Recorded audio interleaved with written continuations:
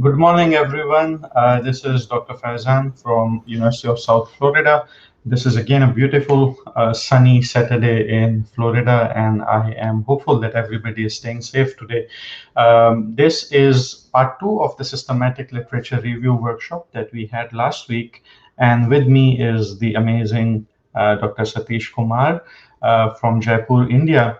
And he is just so wonderful because he's giving us time out of his busy schedule. Today he had have a busy day teaching and then talking at conference, and now he is with us. So I'm forever grateful and in debt to Dr. Satish for giving me time and giving all of you time. I see that several people are joining us. I remember the names from last week, so welcome back. I also saw a couple of new names. Of course, I cannot say that I know all the people who joined last week. So, but I feel that there are some new people. Welcome to them. For new people who are joining us today, just remember that this is part two of the workshop. But the way we divided the workshop was very logical. So even if you watch this one, it's not that you are missing something. The previous week we did cover the conceptual parts, the conceptual stuff. It's quite valuable in terms of learning and development. So if you are new today, I would highly recommend to look into the video from last week also, where Dr. Satish talked about the idea behind systematic literature review and some really good literature that normally we can skip, right? Because there's so much being published all the time. So definitely look into that. Now, I am not going to talk too much. There's a couple of clarifications I will make very quickly. So last week, several people asked for the PowerPoint slides, right? And Dr. Satish was kind to send me the slides. I'll just say that the slides are already on the cloud. So there's a link that is provided in last week's video description. So if you go to YouTube for the last week video, right under the video, open the description box, and there's a link that you can click and you can access the PowerPoint slides from there. Many people ask, so I thought I'll just say this. The other thing I would say, quite a lot of people ask me if there's a certificate for this one. So normally I don't do certificates because it takes extra effort, manpower, and also bandwidth, internet and space and everything, where there's a cost to it, right? And of course, these things we are doing for free as a service back to the community. So certificates are just not possible at this time. However, if anybody wants to get a certificate, reach out to me. We can find a way for maybe a couple of certificates. If it's more than that, then unfortunately I'll have to charge very minute charge for just to cover the cost of it. But other than that, I don't do any certificates, just to keep it simple. All the sessions are entirely to develop people and to increase their knowledge about different methods. So I just wanted to take this off right in the start so everybody knows about it. Now, let's go to Dr. Satish. Dr. Satish, thank you again. And the virtual stage is all yours. Thank you, Faizan, for having me again, for this part two of the workshop, where we are going to see some live example of, how SLR actually is put into practice. So for today's session, so in fact, good morning, good afternoon, good evening, and late night, to all the one who are attending this, part two of this, workshop, which we are doing as a series of what we did last week. So thank you all for joining back. I can also see, names appearing, those who were there in the last, session. So there is a sustainability aspect of it, that people are coming back, I feel they might have find some value out of it. So what is the agenda for today? Agenda is, very simple and straight.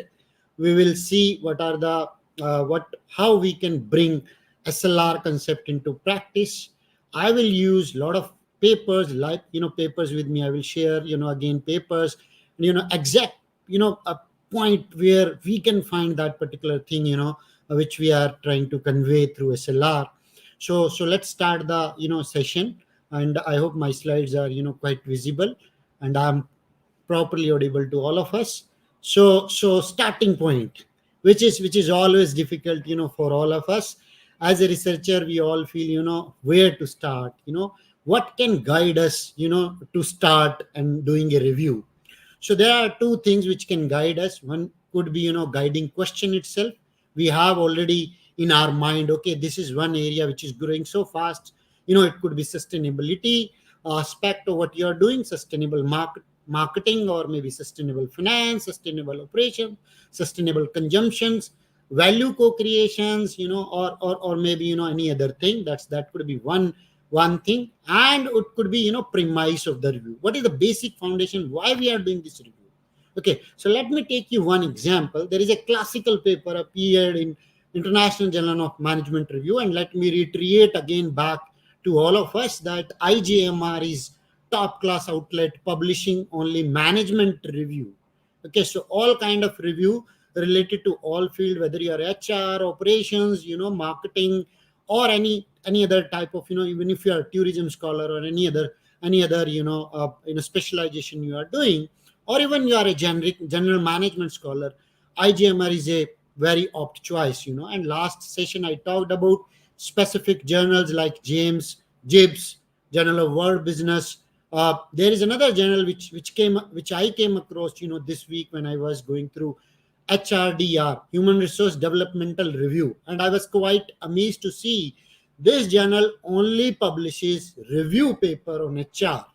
Okay, so I was quite amazed to see that this is another journal which is dedicatedly doing the theory development review, narrative review, SLR review, or all other type of review which are available. All 14 types of review which we shared during last discussion. So let us take this example, and this will be very simple for all of us to understand. Is there a scope of doing literature review again on the field where there are already literature review available? So there is a paper on lean manufacturing. So this paper talks about that why we are doing it again. So look at this table. They have prepared this table where they try to put all earlier review available on the lean manufacturing. So lean is a basically concept of service or manufacturing related. Now it is into service also. So basically operation management area. So there were a lot of work available before this review was taken up by authors. I'll share the name and other things also. But look at what they did. They started with making a case of why we are doing this review again when already there are review. Now this type of table can be very handy, and I can tell you, in any SLR paper or any review paper, you will find this now as a gold standard table. All of them are doing it. So it's not you are the first one to review the field. There are review available, might be review available on narrative or any other meta synthesis or meta analysis only, or any other form of review. So please start from here. Start searching review studies on a particular topic which you are looking for. Like here in the case is lean. So they said there is an author who did a paper in 2012. There is a paper in 2014. There is again a paper in 2014. There is a paper in 2015, and finally this review. So, and this paper was written in 2016. Okay, and their starting period for this review was 15. So you look, within 4 years, 12, 14, 14, 15, 15, there were already 5 reviews available on the in the scholarship. Now they said earlier review do not have systematic approach. So you got a premise, you got a starting point of why you should do a systematic review. So first 3 study, you can see the column number, this one, there is no SLR approach available. So you have a good ground, good premise to start with, why I should do SLR in this particular area. Now again, they said all 5 studies there is no SLR. There are review available, but not with this purpose. Now look back now the aim of the review. Now they said all the reviews are piecemeal. Okay, they are talking about, let's say lean production develop model, complete understanding of its evolution. So starting from when lean was started and to the point when this review was carried, they said we wanted to give a overall picture. Number of article not explicitly indicated. So there is a question on reproducibility. And that is why SLR are always preferred over narrative review, because of their, with this very characteristics, that they are reproducible. Number of journal not explicitly mentioned. Peer review, paradigmatic books, managerial impact, time interval, you can see they have mentioned. Of course, time interval is there. Classification scheme, this is very, very important, and this will tell you what they have, what we know, and what we should know. Okay, so there are two questions you're trying to answer in a literature review, as I was talking last week also. What we already know and what we should know, what we can know, more we can know. Okay, that's two part of it. So here is what they are saying: you have research question, you have about topic, but you do not know more than that. So then there come this review, 14 review. They said we are talking about research contribution by people, methodology, tools, techniques, type of industry covered, profile. So it is like, moving towards, direction where they are trying to capture more variable. Third review, which was by Justi and Kodali, and by the way, Kodali is one of the, pioneer researcher in on lean, and I know him very well, and he's from India. So he did a lot of papers. He's among most prolific authors on, lean, scholarship. So then they said there are 178, but only empirical.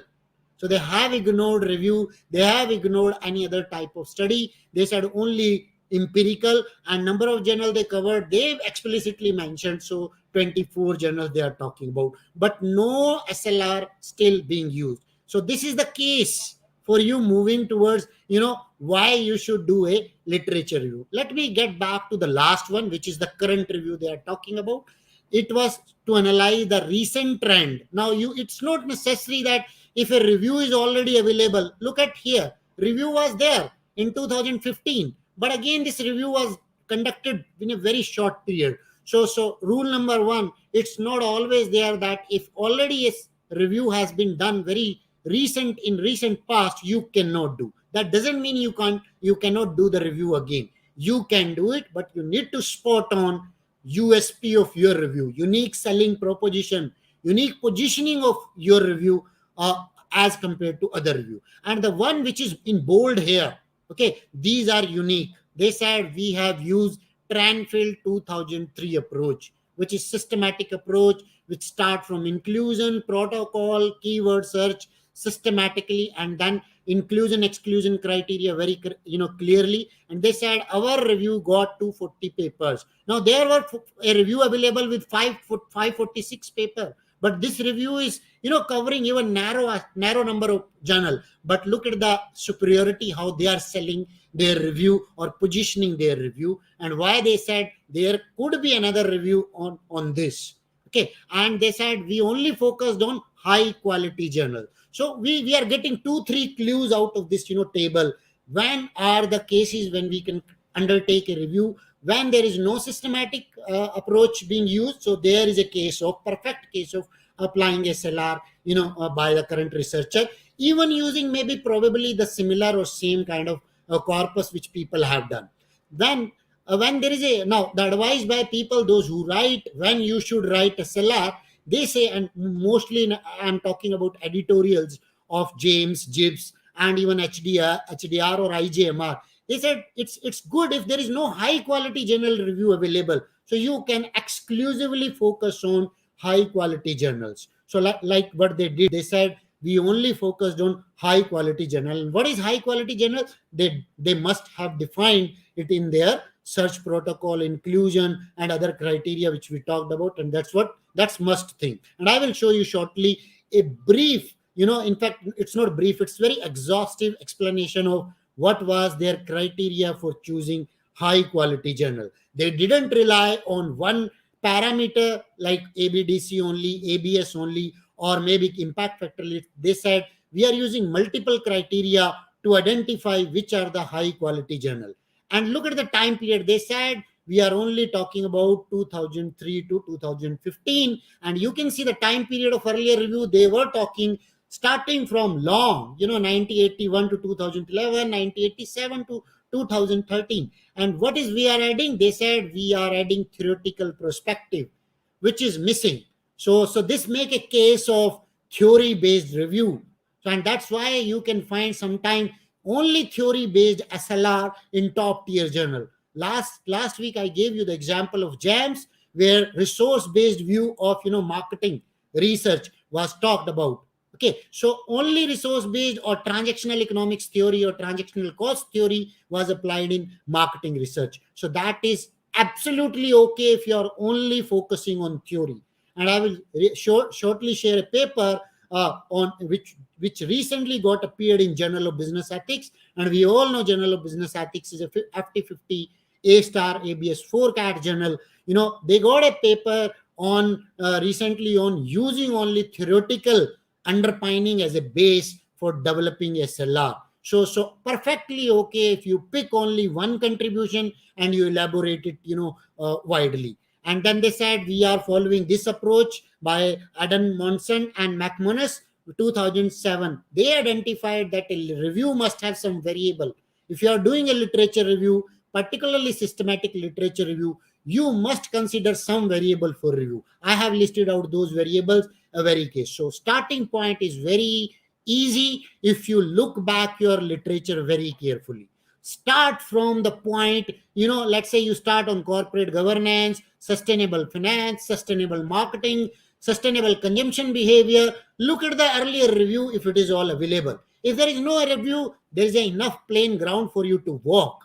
You can walk. You can simply say to the best of author's knowledge, this is the first review which is talking about systematic integrating the whole aspect of sustainable consumption or maybe sustainable finance or whatever you are talking about. Nowadays, you see, as we were talking in the last session also, a field is getting matured very soon. Okay, the advice by editors of top journal says that if you have 40 to 50 papers in a particular field, it's a good case to start SLR.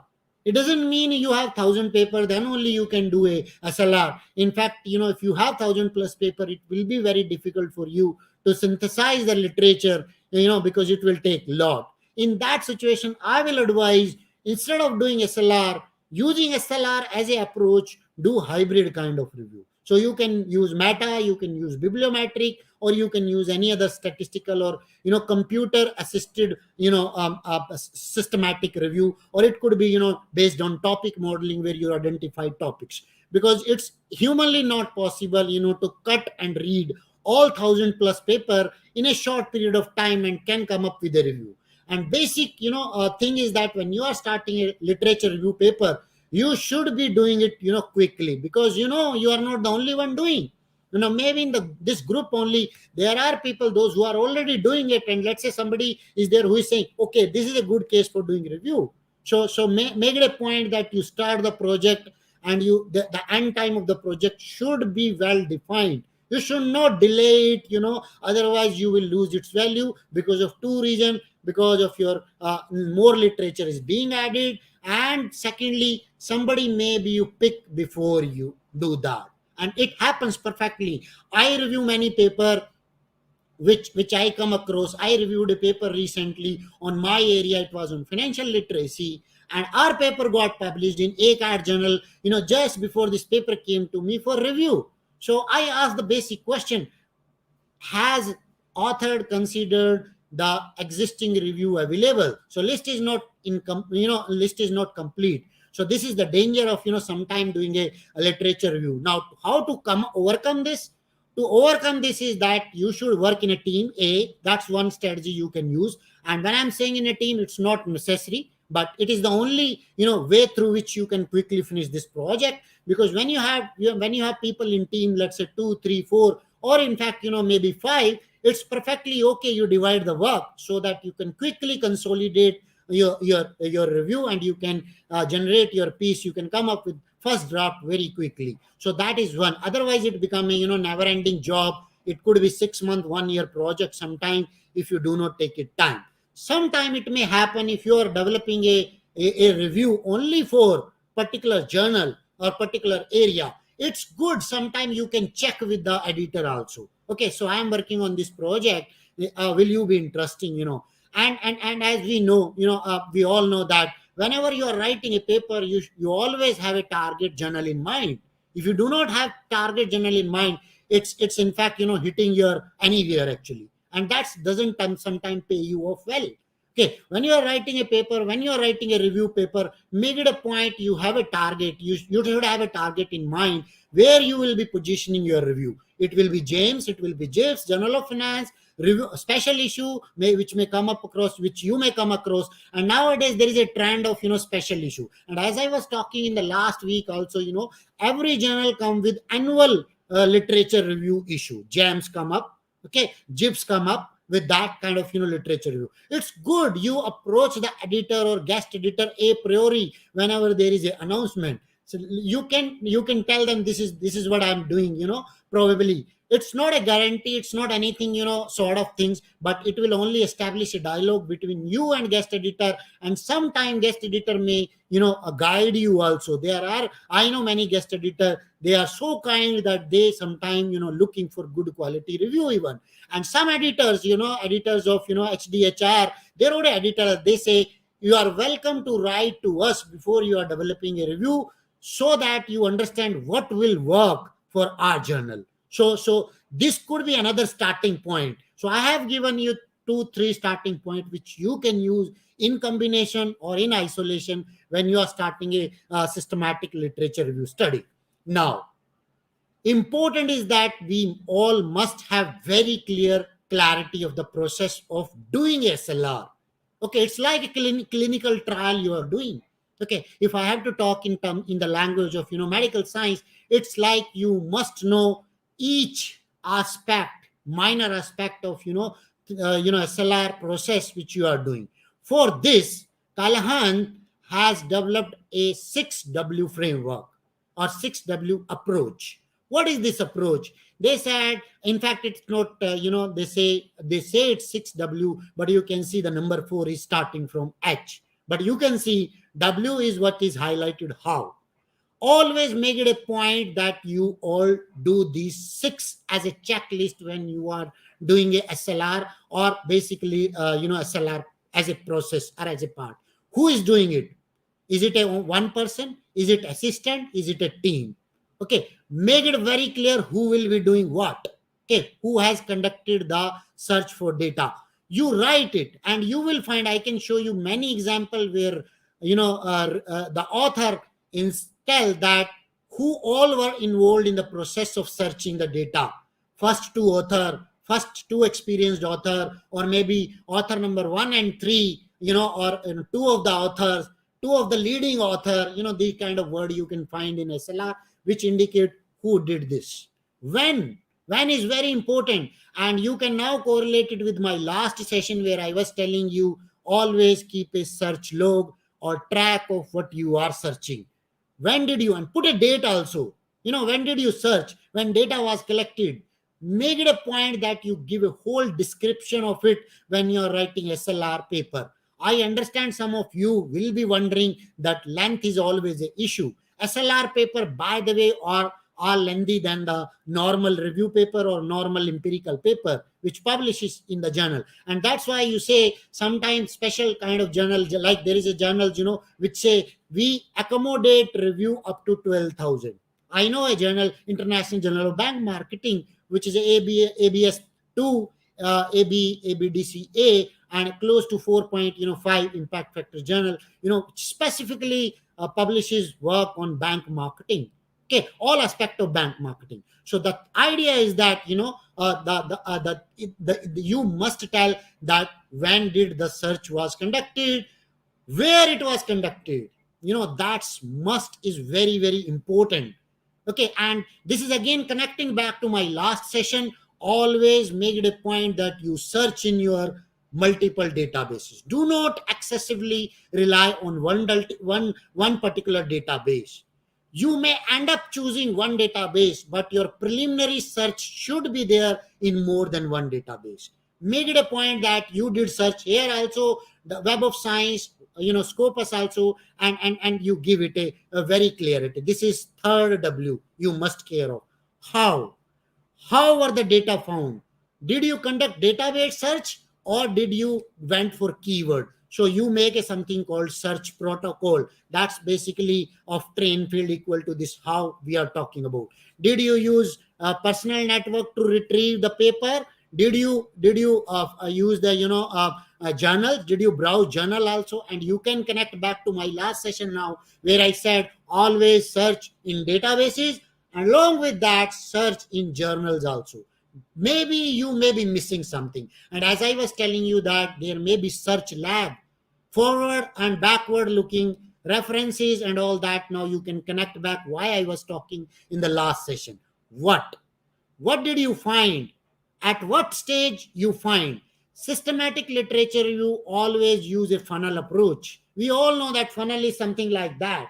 From upper part, it is always broad, and when you go to lower part of it, it is very, very narrow. So you filter it from stage 1, stage 2, stage 3, and stage 4. I will show quickly, one of the example, or many of the examples are available. These are must thing if you are conducting a SLR paper, that you must take care of. And this is the possible reason why sometimes you get desk rejection. If you are writing SLR paper, you say, I have done everything in this paper, I don't know why my paper got desk rejected. Because it may be, this could be the reason. Don't leave a space of, give almost utmost clarity when you are developing. You have done everything. Try to develop a writing also in your paper when you are saying this all. What did you find? And last, why did you selected one? Why? What is the rationale of exclusion and inclusion? You must tell clearly in your paper, maybe as an appendix, maybe as a supplementary data, maybe in the methodology part also. You will find it. Look at the top paper which I'm going to share shortly. They all have very detailed explanation of all these 6 W's of it. These are something sometime called must of doing a systematic literature process. Now we know this SLR is a 4-step process. Now I will take example of each of them, and I will try to tell you that's how we can actually develop a SLR. First of all, always define the review question. Let us take first one first, and this is one way through which you can look up, and there are citations also given. So I have picked up directly from those examples, and you can see on this slide all 3 examples are from International Journal of Management Review. And believe me, when I'm not a spokesperson of IJM, British Academy of Management, or which sponsor this journal, but let me tell you, I am very very great fan of this journal, because it is the journal. If you read their paper, you have all clarity, and a paper is written like a paper is written like a story, rather than a story like a script, where you can get to know everything in a crisp manner. I will show you some classical paper which have recently, last 4 or 5 years, have appeared in IGMR. Look at it. You must first of all specify why you are doing your review. It could be one research question, it could be multiple research question, or it could be sometime 3, 4, 2, 5. Okay, it is advisable that you keep your limit minimum, maximum to 3 to 4. Okay, that's maximum you should be keeping up to 5 is okay. Beyond that, it becomes very very lengthy piece. And sometimes you get this comment that, sorry, the length of the paper is too much, we cannot take. And journals are very strict. Even though journals say that we accommodate 12,000, I can tell you, we developed a paper, and we developed that paper, and then we have to break that into 2 pieces actually. Let me tell you, sometimes length becomes so issue. So we said part 1, SLR part 1, and then we say SLR part 2. This could be very good way of dividing your 5 research question, or more than 5 research question if you have. Look at this example of which appeared in Journal of Product and Brand Management in 2012, systematic literature review on B2B branding. They say we have only one research question. What kind of research issue? Now this is very broad. Okay, what kind of research issue? It could be theoretical issue, it could be methodological issue, it could be characteristics of the themes, or it could be any other things which are theories used. So you are talking about everything out here in this one particular review. So you want to map a scoping review, overall review, of B2B branding through this paper. I will advise, if you are a marketing scholar and if you are looking for, get hold of, starting point of SLR. I will not say it's a very high quality SLR, but it's definitely a very good starting point if you are considering to start with SLR. And they have delineated and followed all the steps of Tranfield 2003 and Tranfield 2006 paper which appeared in British Journal of Management. Look at the last one, example here. You can go back to the detailed paper, and if you have any issue that you are not able to get them, do write to me or to the Professor Fajan. We are happy to help you to share those paper to all of you. Okay, so you can have three research questions. What is KM literature? How it has been developed? What is the focus? And what are the implication for future? No, this could be no futuristic aspect is something which reviewer, editor, scholars are always interested into. And I must tell you that if you are looking for preparing a review, you must include SLR from the point of view of futures. Now, second step is scope and boundary must be very clear. Okay, something like this, and you can explain that scope is only ABS 2018. We are not going to talk more than, and remember, this is the same paper which was talking about high quality journals review we were talking about. So this is a paper, collaboration and internationalization of SME, insight and recommendation from a systematic review. Okay, now they have insight and they have a recommendation, how scholarship on SME internationalization. So if you are a scholar from international business, if you are a scholar from collaboration, this is one of the classical piece you can refer into. So you have many type of boundary.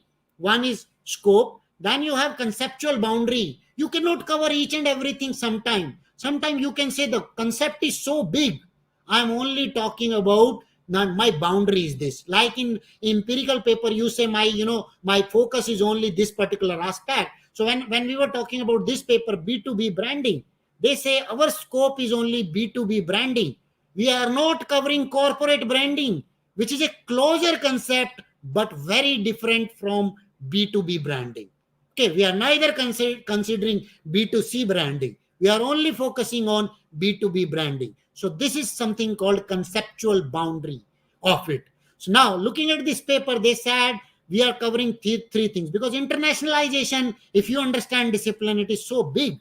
You need to tell what are you talking of internationalization. Are you considering offshoring also? Are you considering entering mode also? What is the scope? Similarly, nowadays you are talking about sustainability. So now what you are talking in sustainability, what is your delimiter? Okay, what is your boundary of concept? You need to tell. Are you talking about single? Are you talking about multiple things in that? We did recently a paper on opaque pricing, which is a field from marketing, which is a field from finance, which is a field from operations. So it's a three field topic. So we said our review is considering all three. So it's a comprehensive review. There were piecemeal review available, but we said I will show you that paper part also somewhere in my presentation also. But look at this conceptual boundary must be very clearly defined, otherwise you will get hold of it. For example, SME, which context of SME you are talking? Are you talking about global firm? Are you talking about born firm? You must very clearly tell in your paper. Then what keyword you are using, this is also one of your boundary, and then that we have used these keyword only. Anybody who will be using these keyword will be getting it. Now next review could be possible that you can extend the same review by adding more keywords, which might have evolved due to the processes of maybe IT, or new definition might have emerged of SME, internationalization, or collaboration. For example, due to COVID, there may be a new definition of collaboration. Okay, maybe virtuality, we may develop co-creation or collaboration, something new construct. So next review can consider that type of keyword also. And then time as a boundary. So you can say our time period, no time period, we are covering the literature up to this particular point. Or you can say that our review is from 1994 to 2019. Why you are using 1994? you must tell in your paper what is the logic of choosing 1994 as a starting point. That's what we call is defining the scope and boundary very clearly. Look at the another paper I was talking to you. Again, boundary, search term, and coverage of the period. These are something called must. You take any paper, any paper will be talking all these things, very clearly in methodological section. Do not miss this. If you miss this and your piece go to review, highly chances are there that people will question, reviewer will question the way the study was administered, okay, the way the SLR process was administered. And believe me, the reviewer will not move forward. Maybe your findings may be better, more than more than interesting. But if I as a reviewer or reader lose my interest, that the search process is not clear, boundaries are not very clear, search terms are very vague, they are not properly defined, that I will not read that paper. So it will be like you're putting your paper into that big box of what we call is trash sometimes. So it will not and believe me, we all write piece so that it is read by people, cited by people, and you become sometime let's say your paper is followed. So as I was talking to you the last week, that paper on transactional cost theory in marketing has been cited more than 26,000 times. This paper has been, the concept is from economics, used in marketing, has been cited in more than 26,000 times. Must have something for that. There is a paper by Jensen and Mackling on agency theory. Those who are scholar from governance or organization, studies or general management, they must know this paper, Jensen and Mackling paper. More than 90,000 citations. Feisen's paper, which is a 2-year back paper only, methodology based review. PL&S SCM, application into tourism and hospitality study, using 6 journals, more than 510 times being cited now. Last week it was 403, and I'm sure it is more than that now. That's how you should be looking for the value of your piece. Keep the utility of the paper in your mind, and then develop your paper. Now look at another paper which we were talking about, lean. They said our conceptual boundaries, broader definition of lean. We are covering manufacturing, we are also covering service, and within service, healthcare, processes, we are also covering processes. So we have a boundary which is not narrow, it is broader definition we are covering. So there could be a review only on lean into manufacturing, lean only service. Now you need to tell why you need a piecemeal review and why you need a consolidated review. You need to give a logic of this. I will share you the logic which they have given in this paper, when I'll be sharing with you the example. Now, third step, which is very important. All these steps I will show you in real paper, and how we have used in our paper I will show you. I'll first let me finish, this, steps, all that. ISS process. This is very, very critical thing again. And people sometimes do it and they miss it, and clearly and explicitly writing in their paper. So let me tell you, 50 to 60% work of SLR paper is here only. Okay, the way you have conducted, the way you have administered the study. If you have correctly administered the study, you have, in fact, won the battle. Okay, half battle, I will say. Rest half is, of course, of content, what you are writing in your paper. I'm not undermining the importance of rest 50%, but let me tell you, this first 50% should be correct, transparent, reproducible, and to the standard of what we talk about, closer to scientific, scholarship. ISS is, identification, screening, and selection. How did you identify it? Was it a one-step process? Was it a two-step process? It could be a multi-step process. Okay, it could be a stage 1 filter, it could be stage 2 filter, it could be stage 3 filter. Now look at this paper which was on, again, collaboration and internationalization. They said we did 3-step process. Activity 1, we identified keywords using Boolean operator. Last week I already told you what is Boolean operator, and they said we make 23 keywords combination. And look at here. Okay, now this is what they said. Look at the topic of the paper: collaboration, internationalization, and SME. There are 3 type of construct we are using. concept we are using here.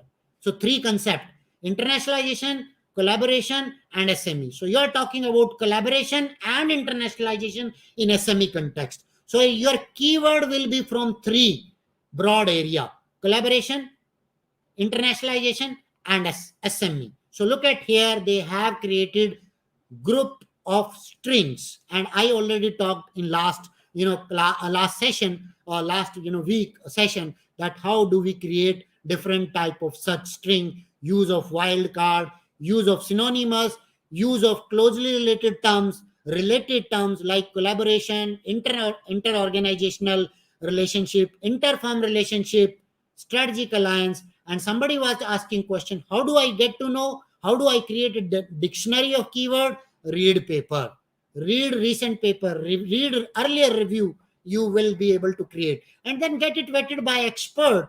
Okay, so those who are expert, go to them. Those who are writing on internationalization, those who are writing on collaboration, those who are writing on SME. For example, they said SME, look at this group number 3: SME, small and medium enterprises, SME, small enterprise, small firms, because globally there are different concept, different definitions, different way of saying this. Like we say companies, company, corporation, incorporation, PLC. These are all synonymous to each other. That's how you should be taking into consideration. And then they said our fifth one, which they are saying is number 5, that is our combined string. So this is our combined string, combining these three together. So, and this is explicitly a screenshot from paper itself I'm using here.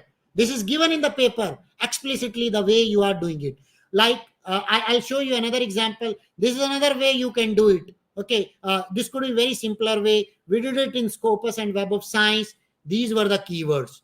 Okay, and they also said what are the limiter, and when did the search was conducted.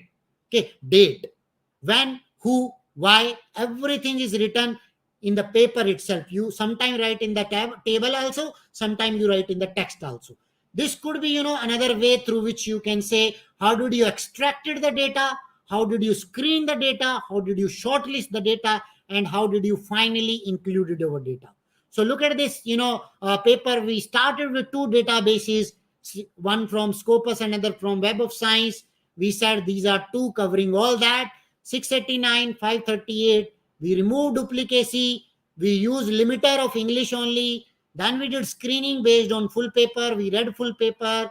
We did manual screening of paper also. We combined them. Our final set was 195. And we give a whole detail of why we excluded 17, what was the rationale, why they were not meeting the criteria of what we were doing. That's how you should be clearly doing it. These all are screenshot from the the research which has been done and which we are doing it. Okay, let us go to the back to screening part of it. How did you screen it? What was the filter you used? Duplicacy. Okay, and what was the quality criteria? Quality criteria in this paper was ABS 3 and 4. Okay, only ABS related journal were there, so you will exclude all of them.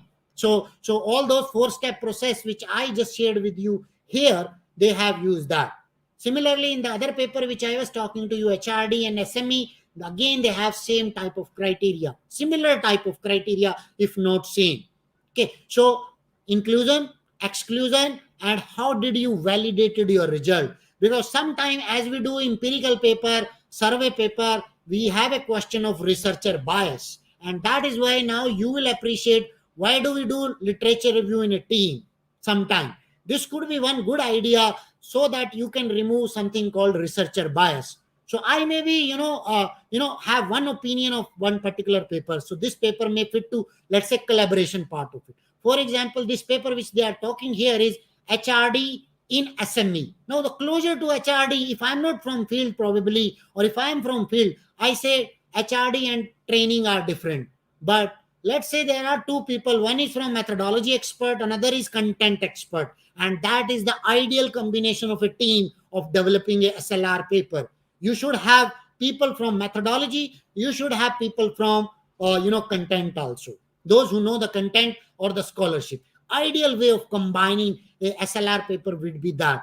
Having said that, I'm not saying that the one who know content can't do methodology work, or the one who know methodology can't read and the methodology part. But we all know that two heads are better than one, three are better than two. If you have a like-minded team, and if you have a carefully selected team of people, those who are committed to that particular project, that's what you need to try.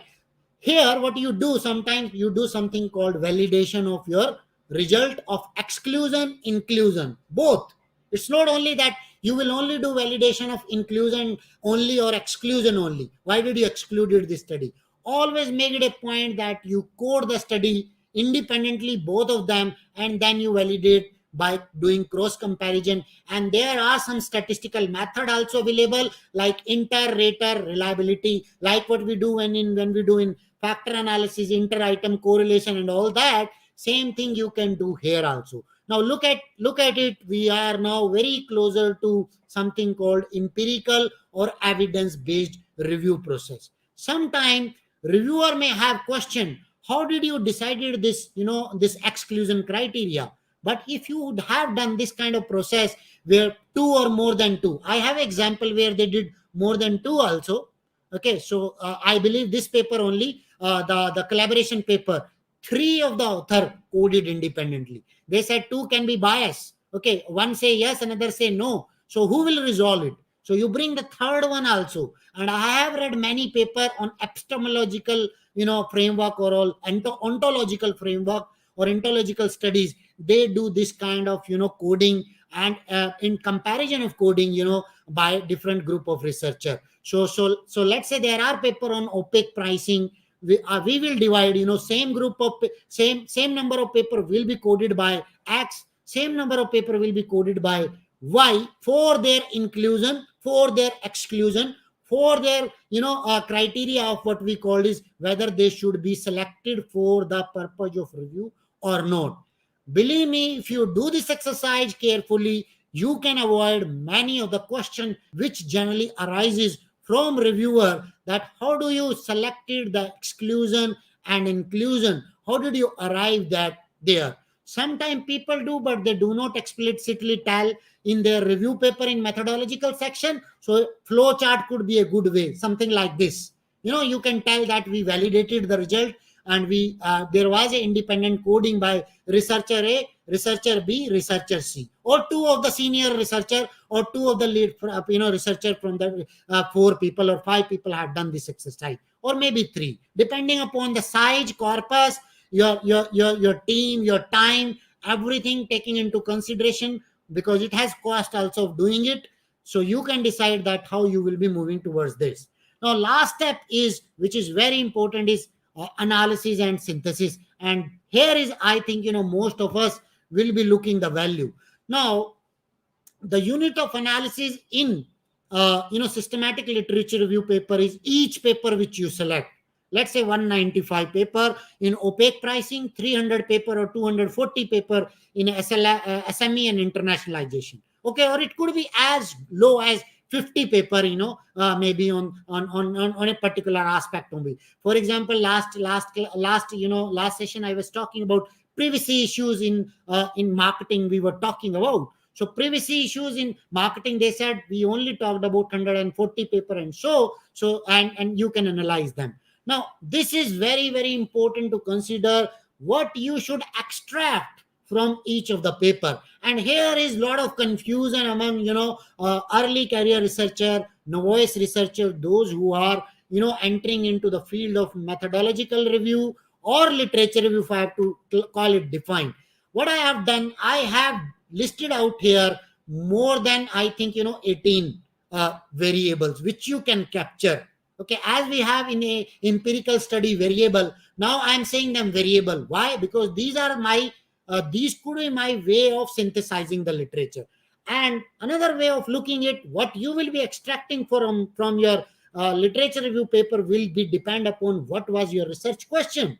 So my research question was related to understanding theoretical underpinning of collaboration and let's say internationalization of SME.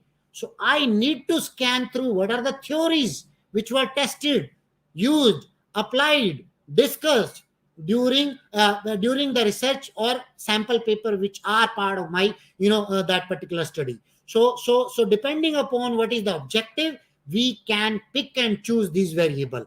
But when you're doing this exercise, because this exercise is a very comprehensive, time taking, most tedious, most taxing, if I have to say this word, exercise, you need to be as broad as you can. If you do not have a very very narrow down objective of doing a literature review, extract as much as information you can extract at this stage. Or the second approach could be, if you have well directed, let's say you are only talking about theory based or framework based review, you are only talking about, then you need not to talk about maybe major themes and all. You directly go to empirical studies, classify your literature into empirical, conceptual, and maybe theoretical studies, and then you find out the antecedents, consequences, and outcome, which we also know sometimes called dependent variable, mediator, moderator, or my independent variable. That's how we should be looking out. Now, purpose of review guide my extraction of data. Like, what is the purpose of empirical paper? That decide what will be my way of answering the question, research question. Same is here also. But what I have done here, since we are not a methodological expert or specific type of methodology we are talking about, assumingly we are doing a comprehensive review of the field of the scholarship, I have listed out 18 different variable you can pick up. First is definitions. Always look for different definition, contrasting definitions on the scholarship which you are talking. It may be the case that literature itself have conflicting view of the definition. Okay, for example, internationalization in one study is only talked in one aspect, one respect, so their definition will be context specific. So list out all definition which is available in this study. Okay, so here what I will do, post this, I will share a coding, I'll show you a coding sheet where you all can extract that these 18 variable. Definitions are very very important. If you do not understand definition, it means you are not understanding what is going on. Okay, then the rest of the story of thematic progression or finding out your context of the study, classification of the paper will be a waste exercise. Start from definition. So conceptual foundation of the researcher who is doing a literature review paper must be very solid. For that, find out what definition has been used. Are they using the existing definition, or is there a paper who is talking about definitional, and has definition evolved over a period of time? Has core concept evolved over a period of time, or are you using the same definition which was used in, let's say, 1980? I'm sure the definition changes with time. You add some of the concept into that, and you can like privacy in IT may be different meaning, privacy in marketing maybe have different meaning, and maybe privacy when I talked about in other aspect it may have different meaning. So how definition or concept which were generic or which was context specific or field specific has been used over the literature, during the literature by researcher. That's one variable you need to pick up. List down all the definition which has been used. Okay, so for example, we did a paper recently on personal financial management behavior, and this paper got a very interesting story. Now, we were into COVID and we all were talking about that in order to come out of bring out financial resilience, it is very important that you need to create something called financial literacy, the habit of savings, culture of saving, and all over the world. All over there is a mission going on, financial literacy mission, saving mission, inculcating the habit of financial savings, financial literacy, catch them at younger stage. These kind of movement are going on, particularly in US, developed market, where there is a lot of setback during COVID, and even in developing market where 70 to 80% of the people, when survey was conducted during pandemic phase 1, that 80% people that said that their personal financial management was all disturbed. So this paper we thought of, why not to conceptualize and integrate a study which talks about what is personal financial management behavior. It has been talked. Now, if I will ask you, somebody will say only tax is personal financial management. Somebody said loan is personal financial management. Third will say saving is personal financial management. Fourth say retirement planning is also one of the aspect of personal. Now look at, a concept may have many sub concepts.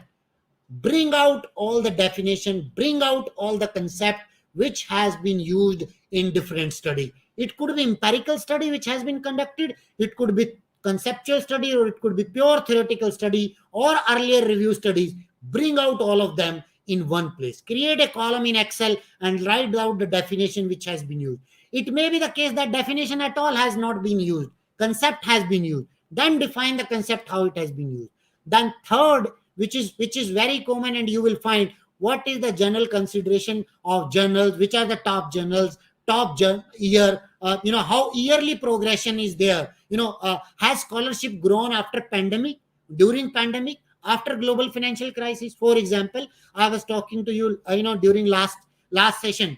Governance research has taken a front seat among regulator, policymaker, or academic researcher ever since we saw Enron failure in 2000, early 2000. After that, there is a increase of scholarship or research on governance, okay, corporate governance. And again, a second impetus came when global financial crisis came, okay, in 2008 and 9. After 2008-9, again governance research into putting an angle of global financial crisis has came. So you need to understand how your literature has evolved over the period of time. Do something specific has impacted, as Faizan was telling in the last session, like sustainability, sustainable tourism, sustainable behavior, sustainability aspect of tourism, which was long being researched by researcher in the past also, but during COVID, again it has become a hot topic, that how to bring recovery, tourism recovery and all that, economic recovery, role of tourism and all that. So understand your literature, how yearly progression has happened. It will tell you, it might tell you some story. If not, then major themes, what major themes has been discussed. Like I was just giving you the example of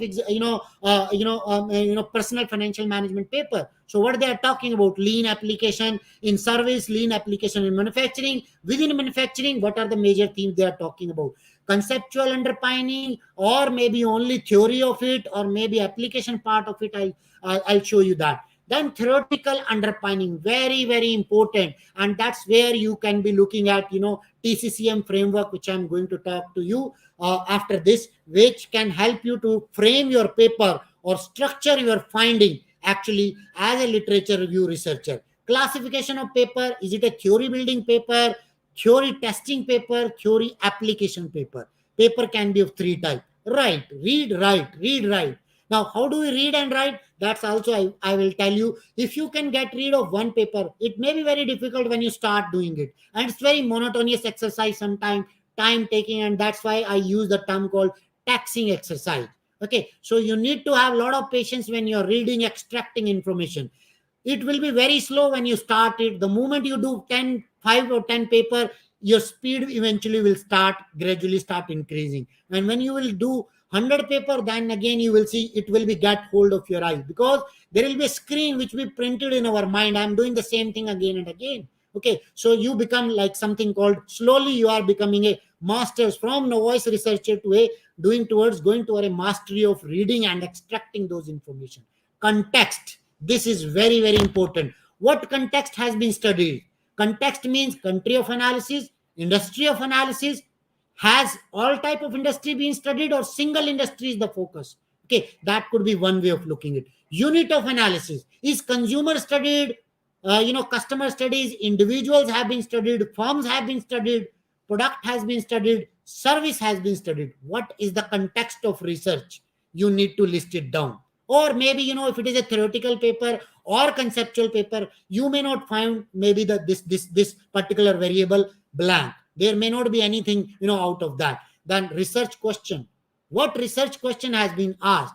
There will be unique. Now, and by the way, these research question will help you to frame your future research question. So what all has been done? This you will be able to get to know with the help of this research question, that what was the research question and what was the purpose this study was conducted, that you get to know. Type of research: was it an empirical paper, was it a is it a empirical paper or is it a theoretical paper? These all are our unit of analysis. We are extracting information from paper. Is it a theoretical paper, is it an empirical paper? Classify it. Why? What this classification will help me? You can do further sub classification. If it is an empirical paper, it is only empirical paper can tell you what are the moderator, what are the mediator, what are the dependent variable, what are the independent variable. So if your purpose is to do a framework, to create a framework of research, to understand that how framework, theoretical framework or research framework on research on lean or personal financial management has been done, then you must pick up this variable and extract the information from paper. Research sector or focus sector? Is it only manufacturing being studied? If at all it is a applicable, or service, or both, or it could be mixed, generic, or maybe no specific study has been done, sector specific study. Then based on this you can propose that in future these are the sectors, these are, like you can say, I was doing a paper and we found that in most studied industry is service, but within service hospitality is least studied. So we propose in future that future research can focus on hospitality as a case, or hospitality as a context of research. Approach of research: is it a qualitative or quantitative? Based on this finding you can say that what is the methodological choice or research approach. Is it more quantitative research happening in that particular area? Then you can say qualitative research could be one way through which the future researcher can take forward. That's how the progress of field can happen. And by the way, if you read the editorial of James, Journal of Academy of Management Science, which are written by editor itself, they say we are looking theory paper, review paper, because they are the one which advances the field. They are the one which helps us in development of theories, and that's why we are extracting this information from each paper. Then come your construct. Okay, construct and measures. What are the different measures? Now if you are doing a conceptual review only, then probably the construct is a right term. If you are using an empirical paper, then measure is a measures are the maybe the right term. But this is not a hardcore classification I'm talking about, but this is what research onion. In research onion we are told that there are epistemological research, interpretive research, positivist approach of research. And this is how, when you are in a deductive approach, when you are on an inductive approach, this is how you classify them. Then what are the variables in empirical setting?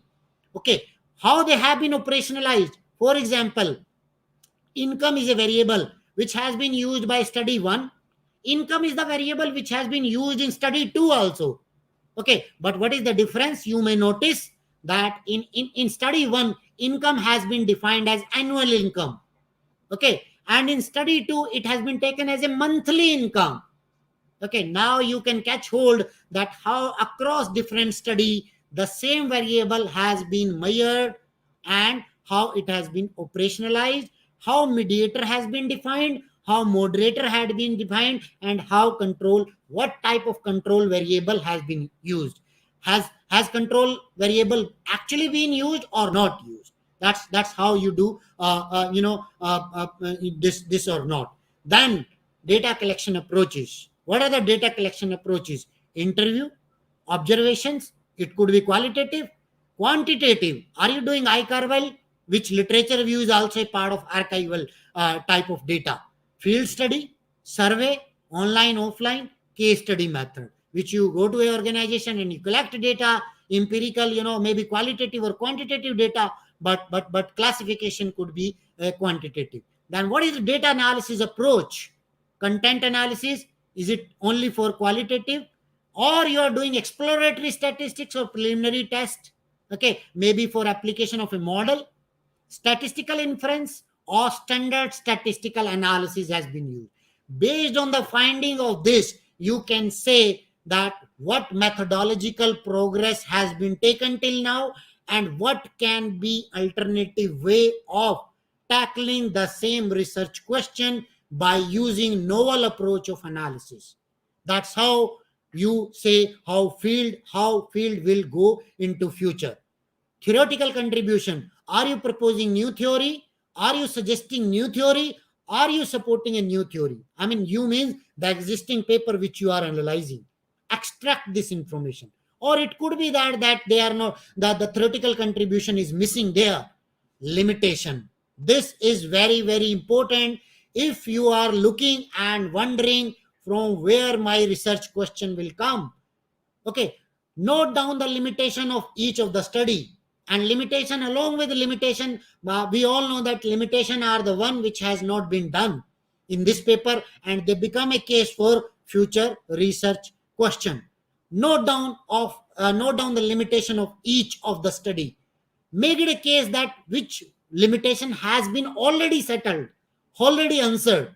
The one which are not answered can become your case for saying that in future these are unanswered question. In existing literature these are unanswered question, and future researcher can talk about these type of research question. By the way, future research question will not come from blue. Okay, it will not come from anywhere. It will come from your literature only, which you are analyzing. You should be mindful, careful at the time of extracting the information from each of the paper, and then you can get hold of everything. Once you have done this, once you have done this, then you need to talk about structure. This I have already talked in last session also. I'm again reiterating it. Motivation should be correct. I will show you how people motivate their SLR, and that become a case of it doing a good SLR. How do you identify and report? I have already talked in length. Be very clear, crystally clear. Write each and every minute detail, either in methodological section or either as a supplementary material. How did this study was conducted? How trials were conducted, as in scientific study we do, same is with here. Choose the right balance between breadth and depth. Okay, that's very, very important. Here, what can help you is figures, tables. They can easily synthesize. They can easily synthesize the whole lot of information into few words only. Rather than saying in paragraph and writing para on para, you can say the same information in a text, in a table, in a figure, and you can write few words about that figure. What are the major insight of that? Fourth, focus on concept, not on study. And that is why now you will appreciate why did I said that extract concept. Do not treat literature review study, the which we are analyzing, as number of study you are analyzing. Look at number of concept you are analyzing. Okay, it could be one concept, it could be many sub concept around that one concept. For example, in personal financial management behavior paper, we discussed 30 sub concept under one umbrella of PFMB. 30 sub concept. So we were not looking at that which paper are talking about this. Now another important thing is that a paper may have more than one study, more than one concept.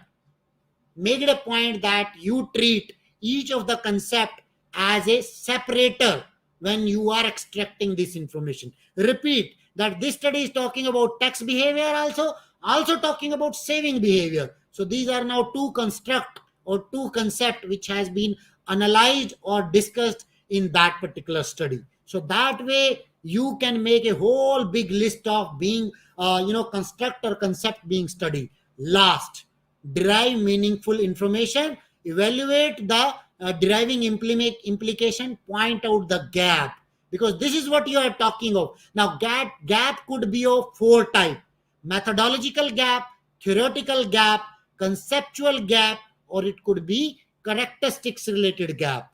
Okay, context related gap. These are four broad head where you can find out gap. And this brings us to this framework, what we call this TCCM framework. And let me first tell you what is this TCCM, and I'll give you example again. This theory, context, characteristics, and methodology. Okay, now no more we are talking about structure. Always make it a point that you structure your study considering this. Now, if you closely follow the 18 variable which I just talked to you, they all are talking about either theory, either context, either characteristics, or either methodology. Okay, let's talk about first theory. Theory can give you a important and an understanding of how different type of theories being have been used. What is the grounding of this particular concept? Has single theory being used, multiple theory being used, and what are the theoretical grounding? Our theories are homegrown, or it has been borrowed from other discipline. That's what you can understand. Is there a room for more theory development, building, or testing? You can see. Now, let me give you an example here. How you will be able to find out. Now, this is again from a paper which we were doing on lean manufacturing. So they said the variable which we analyzed was theoretical perspective, and they said the gap we found was that existing theories, there is no consolidation. So there is no consolidation of theory happening. Very fragmented theories are there. So every researcher is doing new kind of theory. Okay, so there is no settlement of theories which is happening. And how do author arrived at this statement? They said the supporting evidence which they collected by paper, and they analyzed it quantitatively. They said only 10% of the theory, 10% of the paper are using 25 theory, okay, which are existing consolidated theory. 90% of the paper are talking about separated theory which are very much fragmented. Like they are giving even the number. Contingency theory has been used 6 article, socio-technical system theory 5 times, resource based theory only in 3 article. That's how you can summarize your meaningful information from the paper, and this become a case for future research. Future research question will be that consolidation of theory should be there. Let me show you another example. This is again a very classical and very excellent way. This is from a paper from James, Journal of Academy of Marketing Science, which was talking on brand transgression, which is called brand crisis, product harm crisis, and product service failure. So it's a service crisis failure. And what happened, this research says that although these three are they have been treated as separate, but they are closely related. And that is why they said we are talking about these three concepts together in this SLR paper. And look at this here, the theory which they said at micro level in brand transgression, these are the theories being used. So you can see there whether there is a replica of theory being used. So there is no connect of theory among 3 disciplines. So no theory is repeating each of the construct which we are talking, but all these construct are very much closely related. And if you read this paper, they have given a recommendation for future researcher that consolidation of theory both at micro, meso, and macro level should be there. So somebody should come forward and consolidate these theories and apply these theories at all 3 level: brand crisis level, service failure level, also at product harm level, because they all are related. So everybody is talking about their own theory. Nobody is talking about consolidation aspect of it. Look at another way. Okay, this is from a paper on, I think, from SME and internationalization. So what they did, they identified the theories: network theory, resource-based theory, internationalization theory, Upasala model, which is a very famous model in in internationalization, and miscellaneous theories. They said only these four popular theories are there, but there are miscellaneous theories also available. Now, what each theory is saying, okay, that's what this is there. Okay, so you can see example also. Now, these example you can only cite when you read paper by paper and you say, okay, the paper by Boich 2013, they are talking about network theory, and either they are talking about key concept within theory. Theory is nothing. Theory is a combination of key concept. For example, resource based view, okay, or resource based theory, agency theory, okay, upper Alcon theory, or entrepreneurial theory, resource based resource based view also, resource based theory also. These all are nothing. These are all concept. When you combine those concepts, they become theory. theory of that particular area. For example, transactional cost, economics. Okay, that become a theory because they talked about a model, and model become a theory. So how theoretical development and what are the underlying concept under each theory has been studied. Is collaboration type is only studied in network theory, or collaboration type is also studied in resource based view? Now look at here in this paper, they said collaboration type is also studied in network theory, but it is also equally studied in resource based view and in international entrepreneurship theory, also in Upasala model. So now collaboration type is a omnipresent construct or concept which has been studied in all kind of theory. Had it been a case of that, this is only here and not in these three, this could have become a future research question, that using resource based view or international entrepreneurship theory, collaboration type can be studied by future researcher, and that is how you propose a future research question. Okay, moving forward, there is another way. You can find out what is the origination of theory. Has they come from their own field, or has they been borrowed from other discipline? For example, this paper on lean, they said we are categorizing that whether these theories are from operations management or they are using theories from other field.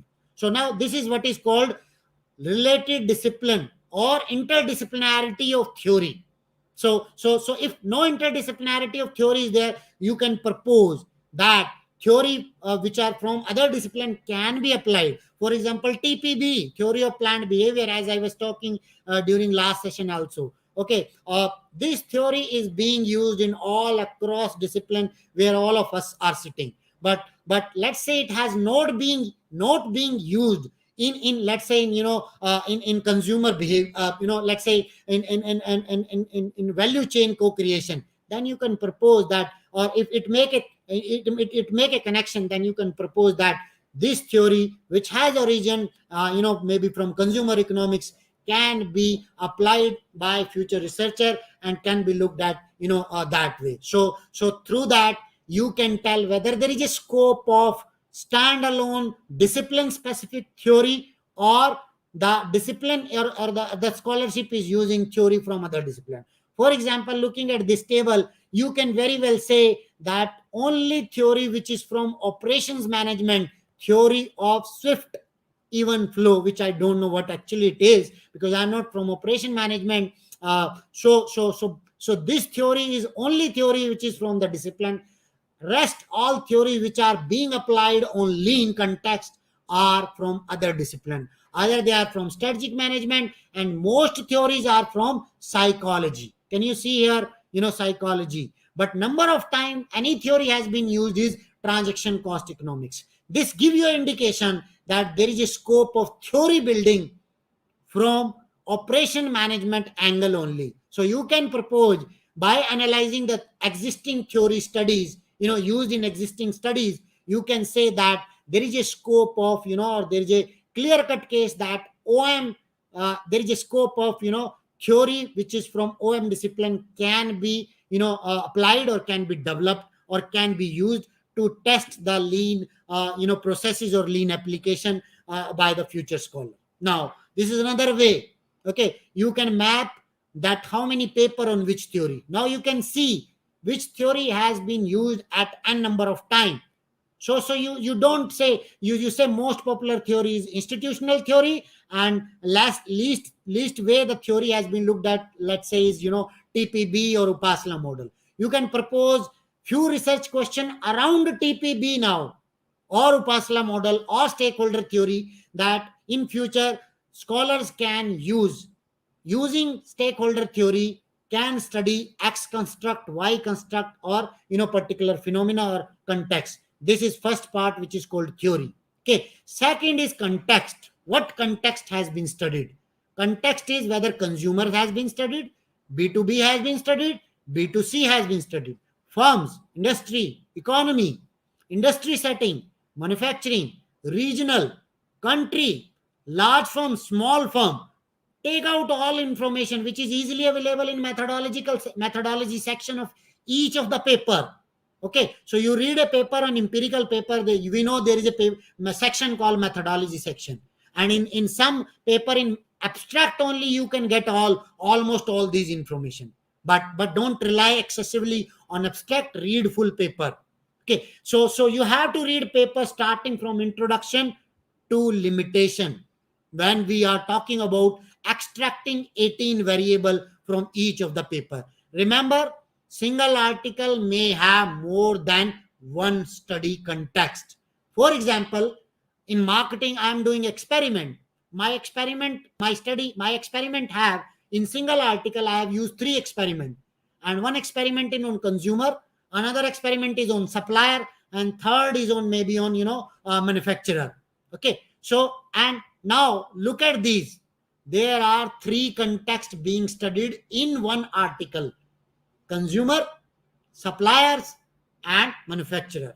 So look at a article now, three context. This is how you need to extract the information from each of the study.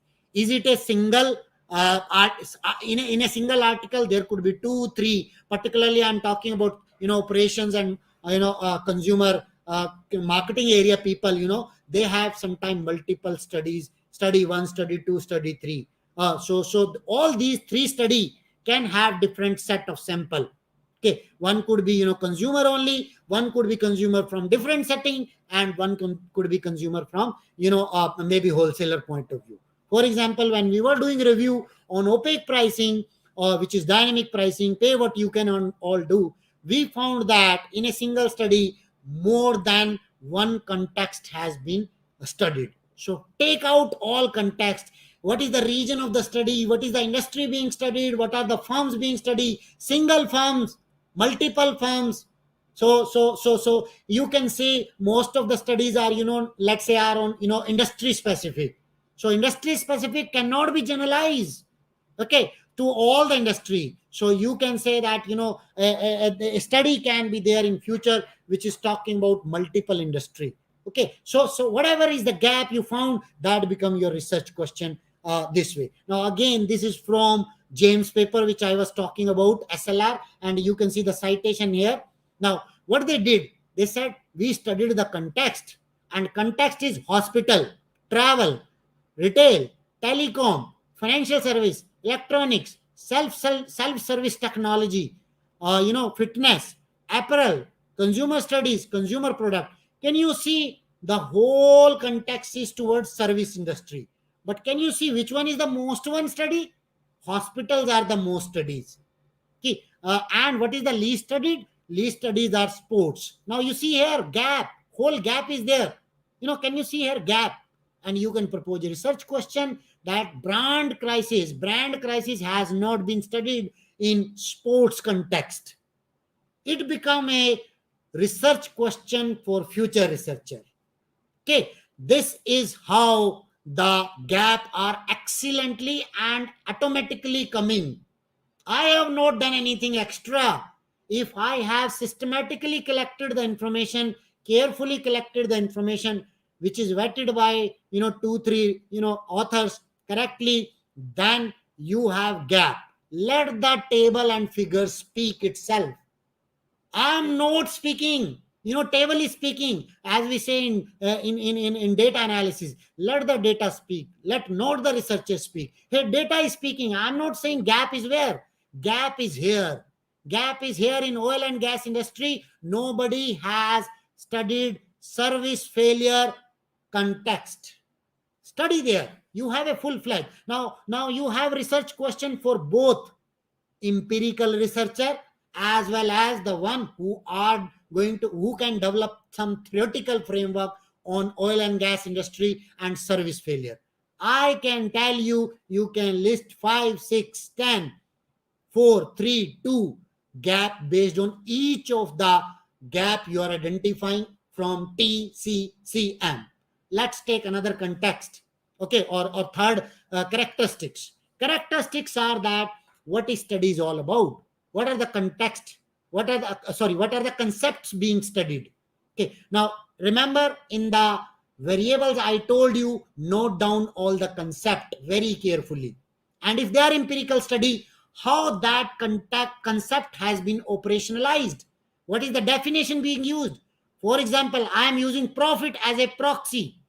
Now, profit can be two parameter. There can be two way of looking profit. One is market based, another is accounting based. So I will note down, is that a accounting based view or is that a market based view? That's how you always identify. You go to layer by layer. So we called in research, it's like an onion. So we know in the onion there are a lot of layers. One, you unfold one, another layer is there. You unfold another, there is another layer. More you dive in, more you can get specific information. For example, you started with, let's say the concept of, let's say, unethical behavior in organization. So let's say this is in social sciences. Somebody from, this area is there, and I will advise, read the recent paper in Journal of Business Ethics, which is on this only. Okay, so they are talking about this. They first define what is unprofessional behavior. It is very different from unethical behavior, which is something different. We are talking about unprofessional behavior in organizational context. Please make sure, read definitions, spend time carefully, how the concept has been defined, how it has been operationalized, how it has been measured. What is the definition?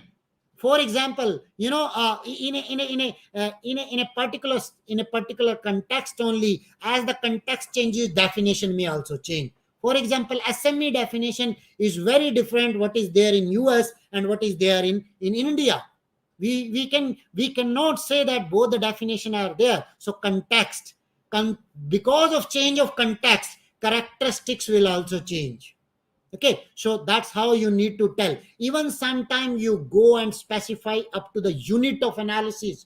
What is unit of analysis? It is in dollar, is it in million, is it billion, what is it? Is market based measure, is it a pre-tax profit, is it a post-tax profit? Note down each and every minute detail from each of the study. Find out what are the outcome, which is called dependent variable, antecedents, which are called independent variable. Okay, or also called construct in, theoretical, plane, when you are in a theoretical plane of research method. Mediator, moderator, and control variable. Now, all theoretical, methodological, and contextual setting, you can have different characteristics and take out all of them. Now, there is a one study which was done on in Germany. There is another study which was done on USA. There is a third study which was done on, let's say, Africa. We know the characteristics are different. Definition might change. Definition of concept might change. Sometimes it is their standard definition being used. Okay, so World Bank has defined what is the level of, let's say, literacy.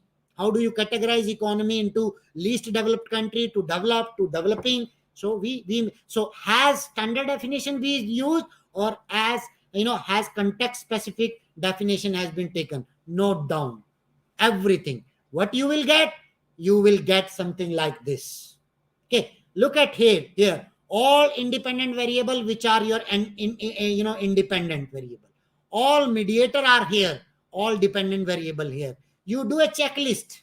Okay, now this is one variable in independent which is called INF, and you can see INF here is informativeness. Now, this was a paper on mobile advertising, a systematic review which was published on IJCS recently, 2021 paper only. So they mapped each and everything. Now, when you will develop a framework, it will be very easy and handy for you. And before that, let's go to method. Method, delineate what type of method has been used. Research approach, qualitative, quantitative. What was the aim? Is aim matching with the method or not? Okay, theory building, what was the method? Collection method, sample. Okay, what was this? Even sometimes people note down sample, whether it is a service industry sample or is it a sample size. Also, people sometimes note down. Analytical tool has been used, qualitative or quantitative. Triangulation, read it. Triangulation. It is a typo error here. Is both qualitative plus quantitatively have been triangulated together? Design, is it a what type of design? Empirical, conceptual, theoretical, qualitative, quantitative, mixed design? Advanced method has been used or standard method has been used? So there may be a case that, when you will study, let's say, international business studies, you may find the footprint of new methodology being applied in same theory. For example, Upasla model, which is a very famous model in internationalization, now being studied. People are using same model. Okay, so it has been, more than, I think, if I'm not right, if I'm not wrong, sorry, more than 50 years this model being used in research. So what people are still researching in internationalization, the international business, this model. But what they have changed? They said we are now using new methodology, maybe FSQCA, maybe QCA, qualitative methodology, integration of qualitative plus quantitative, or maybe the design are changing. Okay, so that way you will be able to tell what is the novel way which we can address. Again, going back to the same paper which we were talking about on brand crisis, experiment, survey, these, and qualitative. Okay, so qualitative approach, archival data, and other method have been used. So they said these are the methodological. Now experiment are the most one, 69%, 76, 44 across all three service category: brand, service failure, or even it is product, failure. They are product hastening, crisis. All three context, experiment is one. So you get to know which is the most common or most popular method. Can you suggest a new method, maybe from here, something from here, from mail, lab, very less work. Or you have very less work on qualitative approach, zero in PHC. So here is a gap, here is a scope, here is a future research question you can propose based on this qualitative approach has not yet been explored in product crisis situation. So future researcher can do the research using qualitative as a methodological base. Look, again, automatically the gap are coming here. Another example, you can do this way. You can categorize empirical paper 408. Quantitative approach, what type of data approach has been used, you can classify. Again, similar type of, again, you look at this paper here, what they have done here. Along with this, they say, methodological approach. You can go even regression. Which regression has been used? Logistics, Poisson regression, dynamic linear model, hazard model, Cox and Cox regression we call it, financial event model, event study. Okay, state space model has been used.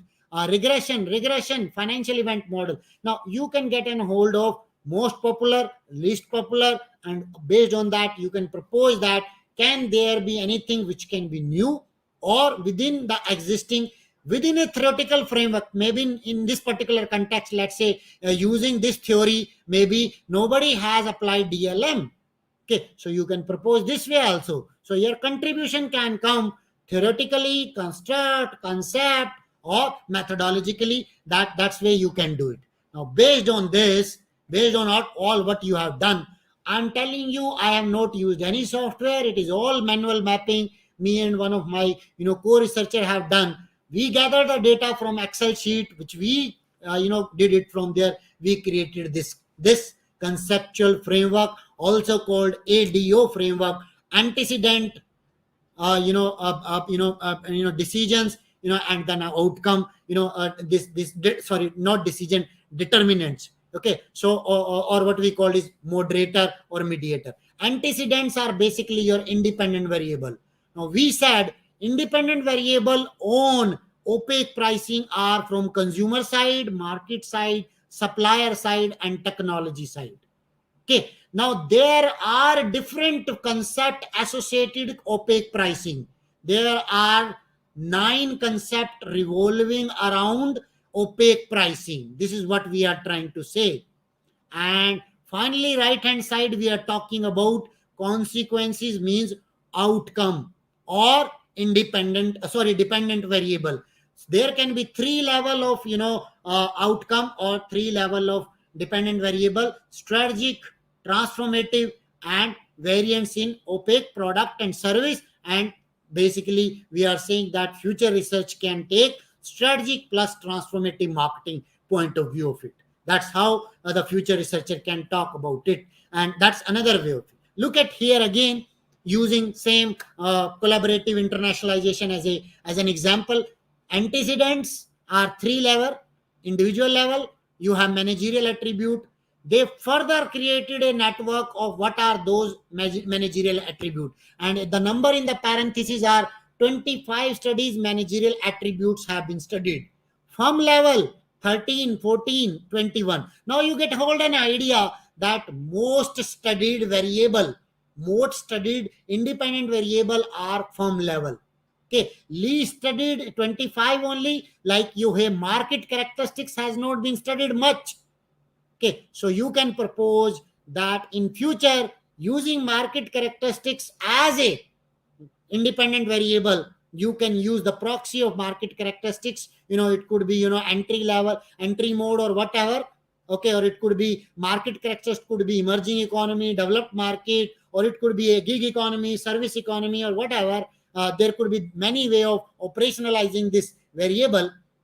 You can propose some research question. Then there are some moderator, there are no mediator, they have identified, and they said there are collaborative activity, so this affect this, and this finally, if you do collaborative activity, then these are the outcome could be at three level. Again, what has not been much studied is farm and profitability or growth level. Only two studied. Two studies out of 200 plus studies have talked about this. Again, a gap is here. You can propose research question revolving around this framework and can guide the scholarship further. Again, the paper which I was talking about, product harm crisis research. Again, they said empirical settings, industry, geography, remember the context we are talking about, and number of cases, because it is a service failure, so you talk about maybe cases, number of cases of service failure. So these are the empirical settings, they said, in which the research has been done. What are the antecedents? Company experience with recall, product experience with prior experience with recall, product brand quality, width of the product range, how many products have been used. Crisis, there are mediator which are affecting attribution, stability, locus. Now all these have come from one by one from study itself. And finally, design part. Now this is a comprehensive framework. Typical variable which you are using, you can say it a conceptual framework, you can call it a research framework of on product market crisis, or how variables and what type of variables have been studied. Three level: stock market investors, market level demand, and consumer level demand. These three level have been studied here. What I will do now is that I will show you quickly. Some of you must be wondering that I have only showed you that Excel. Let me show that Excel which I'm talking, and let me share my Excel file here, which I was talking that how we extracted that Excel probably from different data bases. Give me a minute to share, and then I will close this and go to the Q&A session. I'm sure there are a lot of Q&A sessions which must be around you. So let's take the example of the PFMB studies. Let's say I was talking to you, and here it is. So just please indicate me that if my screen is able, I'll able to see it. You are able to see it. Sorry.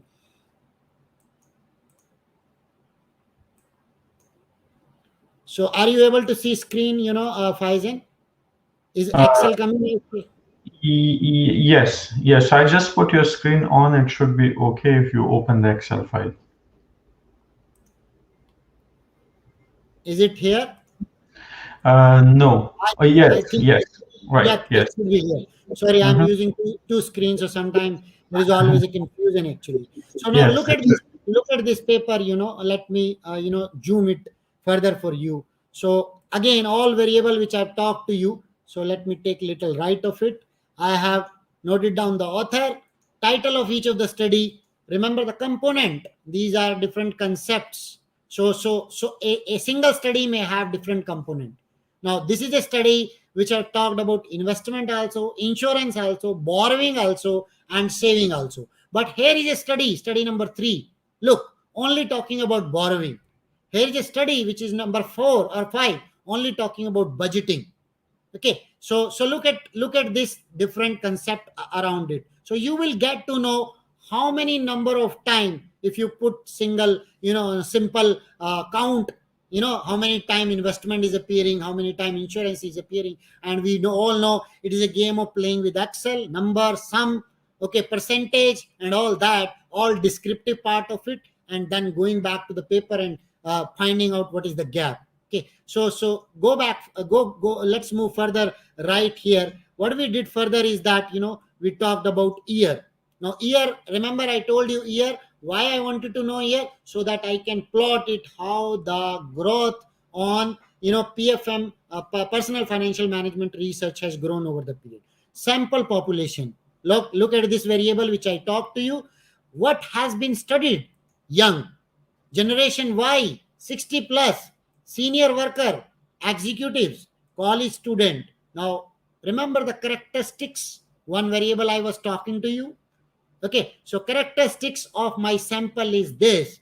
Based on this, I can say later on that generation Y or generation G studies are missing. So maybe future researcher can talk about, because this concept is, equally applicable for all class of, X, Y or Z. So what is being more studied? Based on that, I can say future researcher can look at PFMB behavior of generation G, or young adult, or college going student, or couples, married couples, or married people, or just married people, low income family. Maybe you can find that there are only 2 3 studies which are talking about, this. So look at the gaps will automatically float, start coming once you start, developing this type of data matrix for you. So this is similar to collecting data. You are now collecting data from paper only. Now sample country, single country. Now most of the studies are single country only. You see here, go down, only few studies have multiple country context. So can we generalize? So can we say that PFMB is a country specific phenomena? Or it could be because there are different level of economy, so maybe the context has not been studied, it has not been compared. So maybe emerging economy can be grouped together, because they have similar characteristics.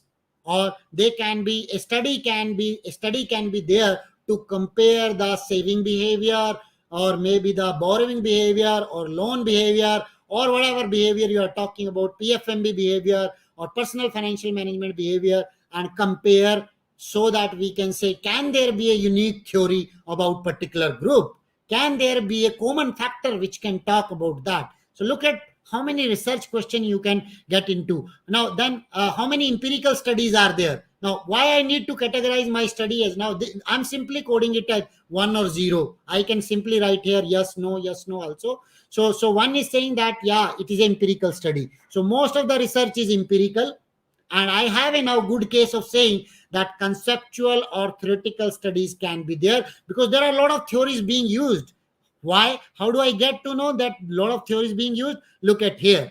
So, and most of these theories are from, so maximum use theories, TPB, because it is behavior, personal financial management behavior. So mostly used theory is PFMB. So is it right time to develop a new theory? So TPB was, 1938 probably, or 1940s theory.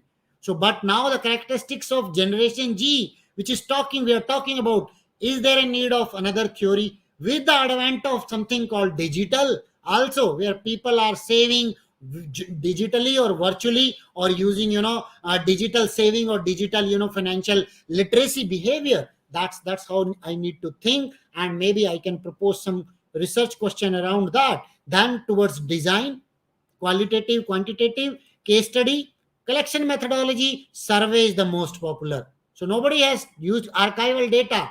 So, but there are good quality archival data available. For example, University of Texas, they have a survey. Oh, those who are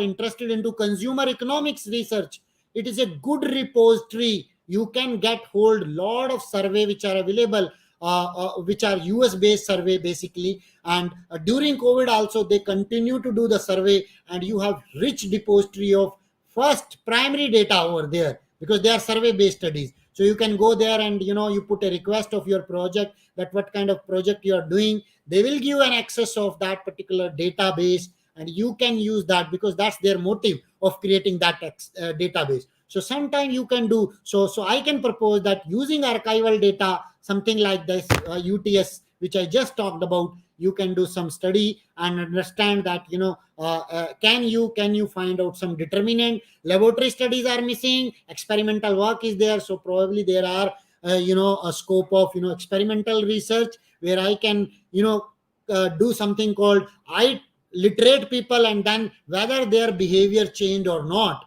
because behavior is something which has related with experiment, and we know those who are doing, whether you are a HR researcher or consumer economic researcher, you will appreciate that experimental based research are well respected in the community, scholar community, because they can shed on something called why people are behaving in a certain manner, rather than how much. Regression will tell you how much, okay, and but it will not tell you why such phenomena is happening. Probably experimental is a good setting for that, and that's what we propose in our future research question, that there could be studies revolving around laboratory setting, focus group, pre post behavior analysis, where we train people and then we see whether there is a change in behavior or personal financial management behavior. Then you can delineate various approaches of data collection. And now here is what we were talking about: antecedents, consequences. We identified construct. Remember, construct will only be available to you in mostly in empirical study. It could be there in a conceptual study also, but what has been already studied as a dependent variable, as independent variable, you will get hold of this in these particular studies. So you find out everything. See, we find that there is no moderator, but here is a moderator, like financial management is a moderator here. So similarly, sorry, mediator, but there is no moderator here. Say here is a moderator is tolerance. So risk tolerance is moderate the relationship between my antecedents or my final what we are talking about outcomes, or my outcome in this case was behavior. Now construct could be of many level. It could be of consumer level, or it could be of context level, or it could be technology related, or it could be anything. So personal factor, situational factor, experience based factors, so many factor you can categorize. Now how do you categorize it? You need to know what is the conceptual background of that, and that's now, and which I started with in the beginning, and you will appreciate that. Do a SLR with it. Will be a nice team. If one is methodology expert, another is a content expert, get together, bring them together, and then do a SLR. It will be a nice combination, as I said. If you are starting first paper as SLR, it is advisable you involve yourself with some senior scholar who could be a methodology or content expert. You can also become a content and methodology expert after doing one or two or three such type of exercise, and can further develop field. But first paper you should be doing it with someone who had a good handhold of this. So this way you can create this type of analysis. And let me show the output of this this particular exercise which we did. I'm closing this. I'm sharing a new screen here and let me show the output of that paper, which the paper from which we did here. So here is the output of this paper, and you will appreciate that what all we extracted in that in this Excel sheet.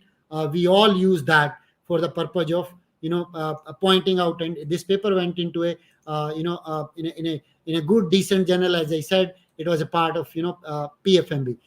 Is my screen up here? Yes, I think it is up there. So this was the paper, Antecedents and Consequences of PFMB, a systematic review and future research agenda. So let me close this, and so that screen is bigger here. So we involved this fellow, and he is considered very senior one. I was also part of this team, but we involved him also, because his paper are specifically on consumer economics, and I requested him come and join us with us. And as I said, even after doing 20 30 review paper, I still feel when I start any review paper, I feel myself as a new itself. And that's why I'm always in search of new expert, content expert or methodology expert, to whom we can get together. So my learning of last 10 year or so working on this area is that it is nothing. You do every paper, you get to learn many new things. Working with Zing on this paper, I personally get to know he's in University of Rhode Island, and he's a well-respected researcher. He's an editor also of few journals. Look at search database protocol very clearly. Very clearly, we have delineated the process. Definition we have discussed. Remember, I told you bring out all definition. So there is no settled definition. So we said, what are the different definition used? What are the extent theory being used? Look at here definitions. So many definition have evolved. Okay, so there are 1, 2, 3, 4, 5, 6 definition, and this Geo is the same person who is author with us in this paper, by the way, Zing Geo. Okay, so look at the contribution. Then theory based contribution you can see here. So you can determine that during 1980 the maximum use of theory of self control and all that happened. And we mapped it, why such scenarios happening, why this was a field. This was the time when behavioral finance was evolving, and we link it to there. So sometime you need to go beyond your literature to link it with why such phenomena is happening into literature. So make it a point that you go and travel beyond the boundary of your review. Remain in the boundary, but still talk about something related to discipline. Then theories we have listed out. We give origin. We also give citation which has been used, and we get to know which theory has been. Now 24 theories have been applied. Okay, yeah, and maximum used is by TPB, let's say, or theory of consumer socialization. And there is no theory of itself from finance aspect which is talking about. All theories have been borrowed from consumer economics and all other disciplines. This is what we found. Trend in publication, and we saw that last decade has seen why. We identified why. ऐसा क्यों हो रहा है? No, why this is happening? This scenario, why it is happening. We identified people have become literate, purchasing power of people have gone up, countries have gone up, so they are now inculcating or into the concepts of saving behavior or that. So that was the region we identified, that why there is a surge of such sudden research. We are getting good data, we are getting good cases, and that's why last decade was considered as then regional classification. This is all characteristics in TCCM framework which we are talking here. Similarly, we can do all. Now, what is the sample being studied? Okay, adult all age group has been studied maximum time, followed by young adult. What has not been studied? Student, professionals, generation Y. Okay, now this become our case. Individual investor, government employee, their saving behavior will be different from a one who is not working in a federal government. So we said that there could be specific research question revolving around that. Number of articles based on different concept, themes, thematic classification, donation, fintech, tax planning. Maximum paper are there on saving, but there are very few paper here. So huge scope of doing research here. We are proposing that in our research question. And then we talked about design. Okay, and finally, since we are closer to our scheduled time, let me take you to the the framework which we developed in this paper. And this was the framework. Let me rotate it by anti-clockwise. And this was the framework we developed in this paper using again TCCM or ADO: antecedents, decision, and outcome.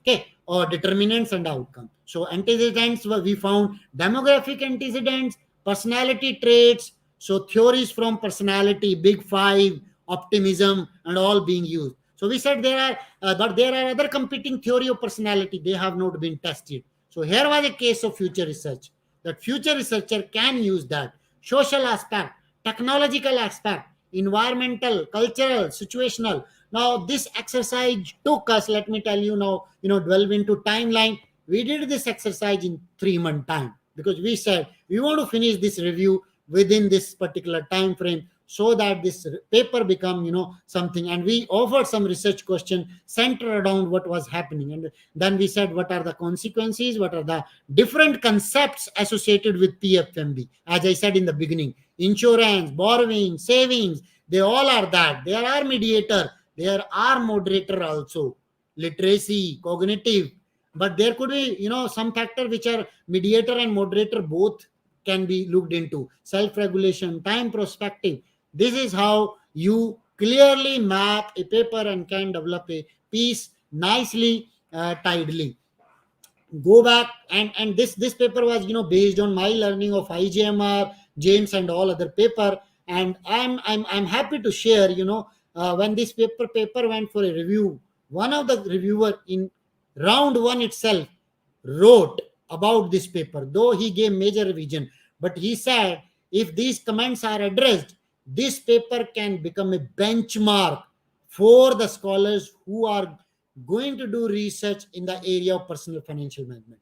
And he also wrote further, this was not the only one he wrote. He further wrote that it is a must read paper for anybody who wanted to do a research in the area of personal financial management. So he said, I congratulate the authors for doing this credible work.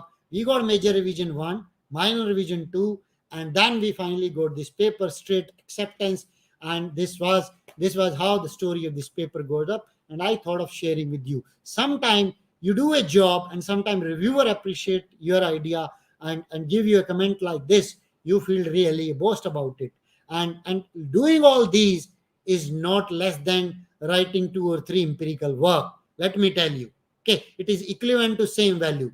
And as I was telling you in last session and today also, I talked about review paper, specifically systematic review paper, have great value nowadays because they are the one which sets agenda, which are being read by everyone. Those who will be doing research in a particular area, they will be read by all of them. So a paper which all can think of and can do is this type of paper, because these are the paper which advance the scholarship and this give the idea. Okay, for example, AI, machine learning is happening everywhere.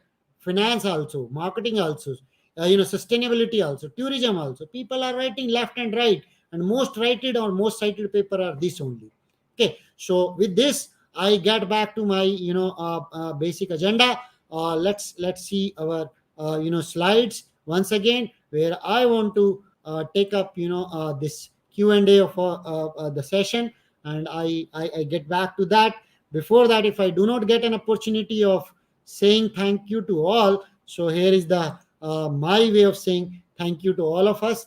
Let me change the setting.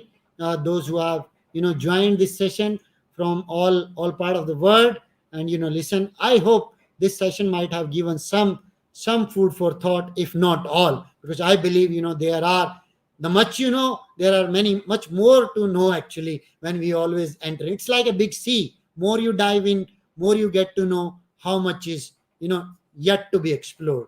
So I think these type of workshop, which or these type of session can be a starting point of learning that how to get indulged with systematic review part 1 and part 2. So over to you, Faizan, for Q&A. I know we are overshooting time, but I'm happy to spend 15 minutes more here. Sure. Thank you very much, Satish bhai. I really appreciate it. I think it was, again, a very, very good session, quite a good learning experience. I want to share something very quick because it's related to what you just talked about. So I'll share my screen. I know it looks small. I have a Facebook group called Research Based Research Paper Reading Club, and normally this is where we share some interesting papers. Not all the papers we publish or whatever. In fact, I've never shared any paper that I've written on this group, right? It's mainly generally for other disciplines and whatever. And I just shared a paper there which I came across, and this paper is called Advancing Theory with Review Articles. Yes, I also Right? came across in JMS paper. Yes, and it's a very good paper, very well written. So, I mean, for those of you who are attending and watching, you can join that group if you want, but I would certainly recommend looking at this paper because what Dr. Satish was explaining all this time is you can obviously use systematic literature reviews to find gaps and write your own papers. But if you are writing a literature review, you always have an opportunity to advance the theory or even develop a theory, right? Because you have all the trends in front of you, what people are talking about. So I just wanted to share this. I'll get this off Yeah. my. Uh, Another thing Uh, I would like to add yes. on this, Faizan, JMS has now started, they say we have a special section where we talked about this type of paper. And I was reading recently, they even have now acceptance of SLR. Okay. Earlier, there was only narrative review, integrative review they were accepting. But now Mhm. JMS say, even SLR, meta meta SLR, meta analysis paper or sort of another type of SLR are welcome. So it's a very welcoming or encouraging, because it's a very big journal. JMS is a very big journal. If you are a management scholar, you can read. It's a very classical, and it's a huge journal. In fact, if I have to say, where paper are, pioneer concepts are even sometimes written over here. Exactly. In fact, International Journal of Consumer Sciences, the editor is our friend, mutual friend, Professor Justin Paul. He is really eager to increase the impact factor of the journal, and one particular methodology he is using is SLRs. So, review papers, SLRs. He is inviting people to do that, special issues and everything, which certainly increases citations and, of course, valuable. It's not a fake way of increasing citations, but it provides a lot of value to people who otherwise cannot read 500, 400, 300 papers. Rather, they can look at one big summary of everything. So, very good. Thank you, Dr. Satish. There's quite a few questions. I'll go through some of them. Of course, we need to look at the time also. But I'll go with first in, first out strategies. I'm just gonna go up. There was a question from Ravina Gupta. Should we mention Boolean expressions and keywords we used? Yes, yes, definitely. You can use it as a upfront in methodology section, or you can use it as a part of your supplementary material. But you must what Boolean operator and or not, why and or not, where and or not you have used. Sometimes a reviewer asks if it is not explicitly there. So my advice will be you must write as a part of your keyword Boolean expression. Are you using or not? Even filtering you can put it into. Sure, thank you. The other one is from Jalib Kumi. Can resource constraint be justification for selecting a database for SLR search? For instance, if you don't have access to Web of Science, will it be enough justification for not including it? No, I think no, because and particularly in the age of IT and these platform like Research Beast, or we have ResearchGate or all others, and we are all interconnected with each other. So I don't think it's a good idea of giving this logic as a justification that I do not have access to Web of Science or resource is not there. I think it should not be there upfront, because no reviewer will buy this argument. It will be hard to sell an argument, kind of thing. Better connect with yourself with someone, because it's not like it's not like using SCI hub as extracting information. You can request someone who got access to Web of Science, can run a keyword for you and can send across you the file. So it's very easy job, and it's all ethical. We all share. So in fact, institution got an access. If my institution got an access and cable Kumi want to use it, so I can anytime send the file with you. But I will not I will certainly say big no of saying this justification as a part of not including this. Sure. Very good. Thank you. Then Asad is saying, what is the best format used for catching or recording all the information, Excel or Doc? Yeah, so XLS, why I said Excel is that Asad, is that you can do analysis quickly with Excel. You can do descriptive, you can insert pie chart, graph, you can use pivot very frequently. Pivot analysis, we all know that. So you can use, okay, how many qualitative, how many quantitative, within qualitative, how many, what is the sum of the one using empirical and all that. So I will suggest to you, rather than doing it on a doc file, do it on XLS. Okay, because you can straight away run analysis over there only, descriptive analysis at least, quick over there. So do use XLS rather than doc. You need to later take it on, XLS for doing any analysis, by the way. Yeah. Okay, so the other question is from Shahid. Can you share what all to include in introduction section? Like Yes. paragraph one, two, Yeah. three. So introduction section of the paper should talk about what is the concept, why there is a need of review, why we are doing it, what are the objectives, and what is the contribution. Okay. And if at all there are already review, make sure you critically evaluate those review in the introduction section only. Okay. So read 3 4 paper of IJMR. They all have this standard, way of putting it. What is the problem? Why this problem is interesting for doing a review? Okay. What is the objective of this review? What is the contribution? And why existing review are not sufficient? And finally, contribution 1 2 3. Okay, it could be two contribution, theoretical contribution, framework based contribution, or anything which you would like to say. So this is the standard content of introduction section of a SLR paper. Rest all other section, methodology, analysis are, more or less same. So if I have to say roughly, sum up my answer, it is not different from an empirical paper. You state problem, you state, motivation of doing, why you are doing it. You also tell how did you do it and what are the major findings, and how your study is different from other studies. That's what you do in an empirical paper. More or less same kind of thing or similar kind of exercise you do here in introduction section. So read 2 3 paper, you will find commonality among on these line only. Sure. There's a few questions, Dr. Satish, about, well, one of many people ask if you can share the Excel template that you shared, right? So if that is the case, I'll again share the link in the Yes. video description. Yes, good. And another thing which I would like to tell you is that be ready to share your Excel with the reviewer and editor also. Oh, Okay. yes, that is, yes, right. And let me tell you now why I'm saying you so.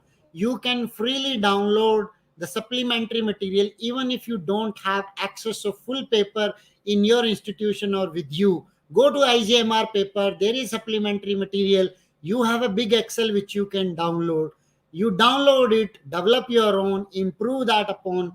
I can also share 2 3 template which I use, and you can, use combination of that and use it. Also, make sure SLR has a bigger characteristics. It should be transparent. So one test of transparency and evidence-based research should be that, and IGMR insist, by the way, IGMR will ask you submit all evidence of your process, SLR process, to the reviewer, to the paper, to the editor, to the paper as a supplementary material. And nowadays, even elsewhere and all journals, they are asking for supplementary files, data file, and so be ready to share it. Don't think it is your property only. It is now, once the paper is published, of course it is a property for, journal only. So you can download from there, and I'll be more than happy, in fact, to share with you. And I'll be more than happy if you use it for developing your SLR, for that purpose. Yes, so that's a very good point. Then also some people they did mention that these are basic questions. For instance, somebody asked what is the difference between a concept and a construct. Somebody asked what is a mediator and a moderator, right? Those type of things.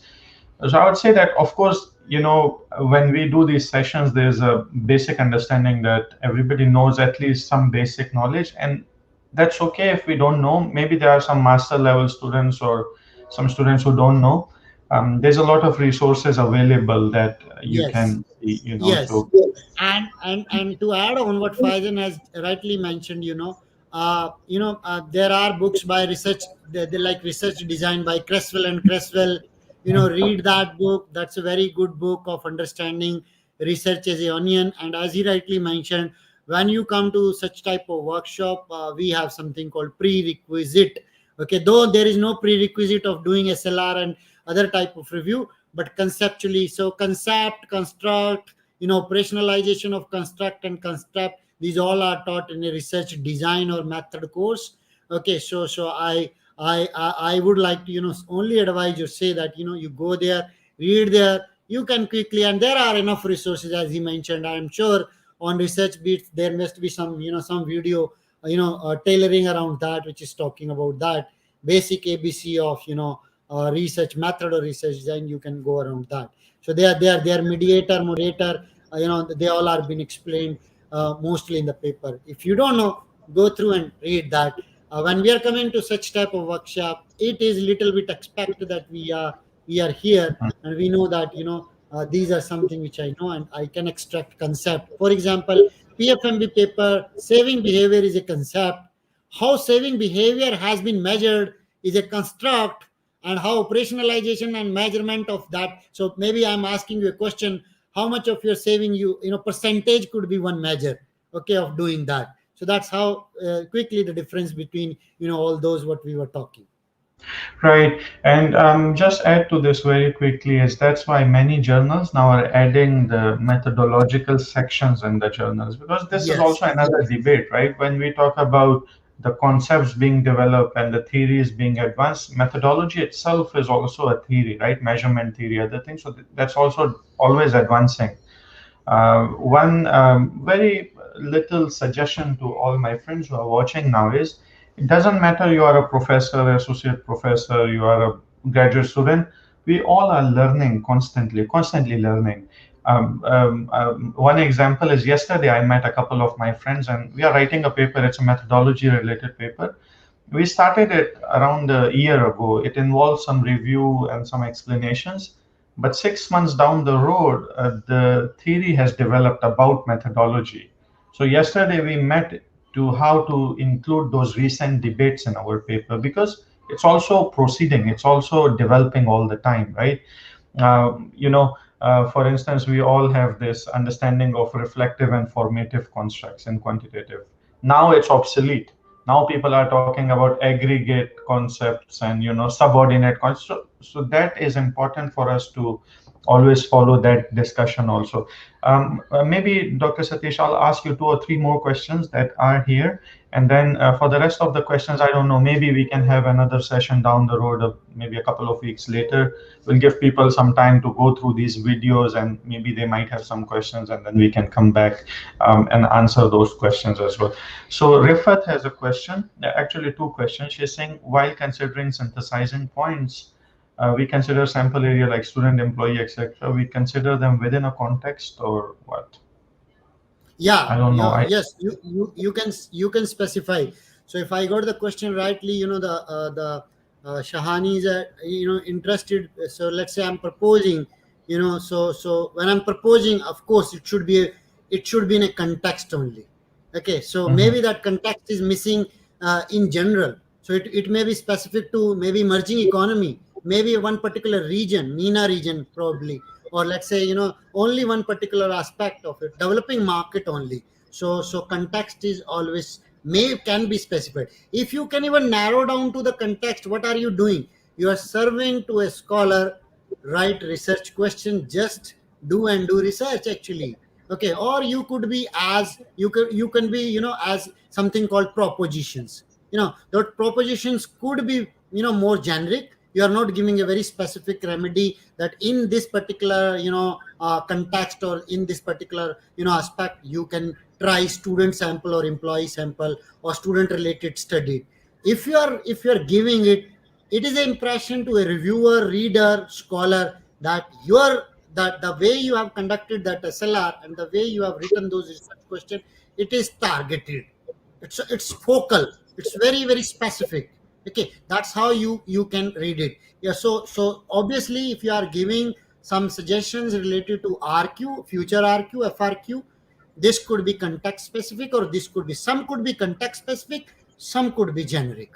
Okay, which Okay. anybody can do it, or which, people from that particular region can do it. For example, just to add on this, there is a recent paper on corporate governance scholarship in a journal called CGIR, Corporate Governance in International Journal. It is ABS 3 and ACAT journal by Wiley. Now this is a very good resource if you are a CG scholar or board diversity scholar. And also, now there was a recent review which was published. CG in MENA region, CG scholarship in MENA region, only MENA region. So they said our suggestions, our future research questions are only for this region. We cannot be a recipe, we cannot offer a recipe. If you are a researcher and want to do a research related to develop other developed market, now our review do not. So it could be, specific review, too narrow review, or it could be a too generic review based on what you are doing. So you can map it, say artificial intelligence in fintech or artificial intelligence in finance itself. So your question, research question, will be tailored around that only. Sure. Well, last question is from Jalib. I think it's a good question. For single-authored SLR, is it necessary to have multiple people do independent screening of articles? No, not a bad idea. Why not? It can be. So you are like, you do pilot testing, or you do other type of, let's say, people do when they develop survey, they go to academician practitioner, for doing that. Same way you can do that. So it's a good idea, but you must consider this point also, that will there be people to take this particular task, or only for this particular purpose. If yes, it's very certainly a good idea for doing it. But I suspect, there will be many taker of that exercise, because it involves, a lot of time, efforts, all that. So if you are able to get that, or if you are able to get coded it, 2-3 people, you can say that, two expert from the methodology, those who are not part of this, author team, have reviewed or coded this, article, the article for sample selection or inclusion probably. All right, Dr. Satish, thank you so much. I must say that there are more questions, but because we have to respect time, and plus also I know that you have had a long day, so I, I don't want to hold you for very long. And for those of you whose questions I didn't ask, please, I apologize. And the reason is because of time, right? But I promise that once the things are a bit settled down, maybe a couple of weeks later, we'll have Dr. Satish come back. And then we can only hold a session for question and answers about SLR, right? We don't need to talk about other things, but just Yeah, question and answer. and if there is something pressing, as I mentioned in the last session also, you can always reach me by email. I'm there on LinkedIn. I'm not there on Facebook. I'm there on LinkedIn, and you can write back to me on my email. My email is available with Faizan also in PPT, which he already shared, and this round also PPT. So you can reach to me by using that media also. If something is bothering you, you are in process of middle of something, and you see like 2 weeks, enough for you. You cannot hold it back. So please do come back. And if, or any other way, if I can help you out, feel free to come back and write to me or to Faizan. He's equally expert in this. And as he mentioned, we all are learner. No one is so called here complete here. So we all are virtue by virtue a learner, and we are an academy, and that's the beauty. We remain a learner till our last breath. Yeah, actually, Right. uh, Um, that's Yes. So, Dr. Satish, once again, thank you. I some people ask if we can do like some workshops on bibliometrics and meta-analysis. Bibliometrics, we recently did a very interesting hands-on workshop, which is available. But obviously, I mean, I can do more. We can have multiple people talk about it. That's okay. But I know that meta-analysis is something that many people have been asking for, right? So we'll see how we can do that one. The ultimate goal is to make sure that people learn things.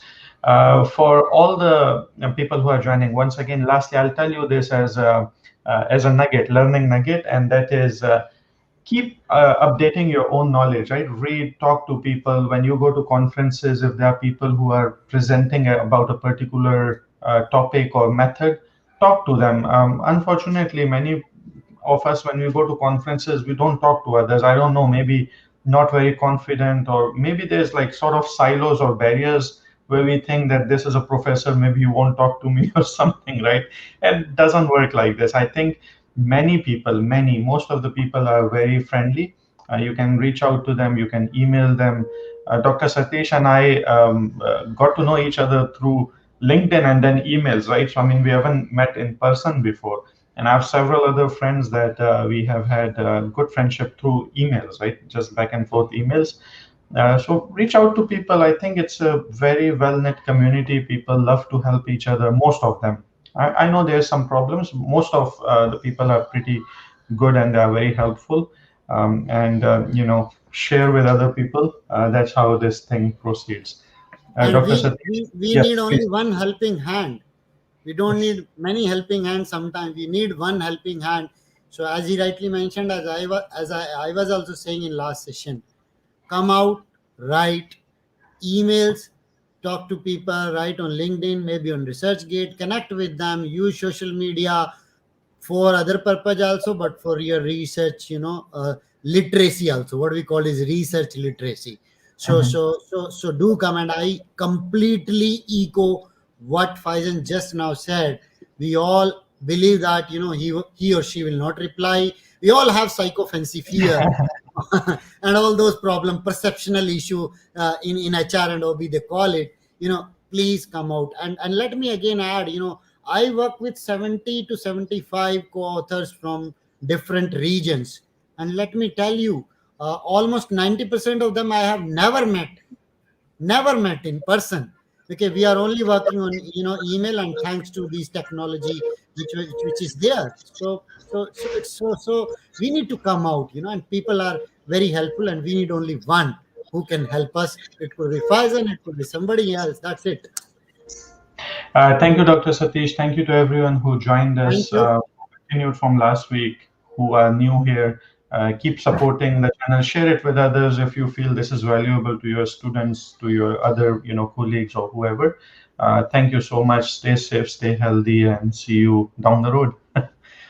Thank you very much. Thank, Have a nice time back. thank you. Take care. Goodbye. Bye.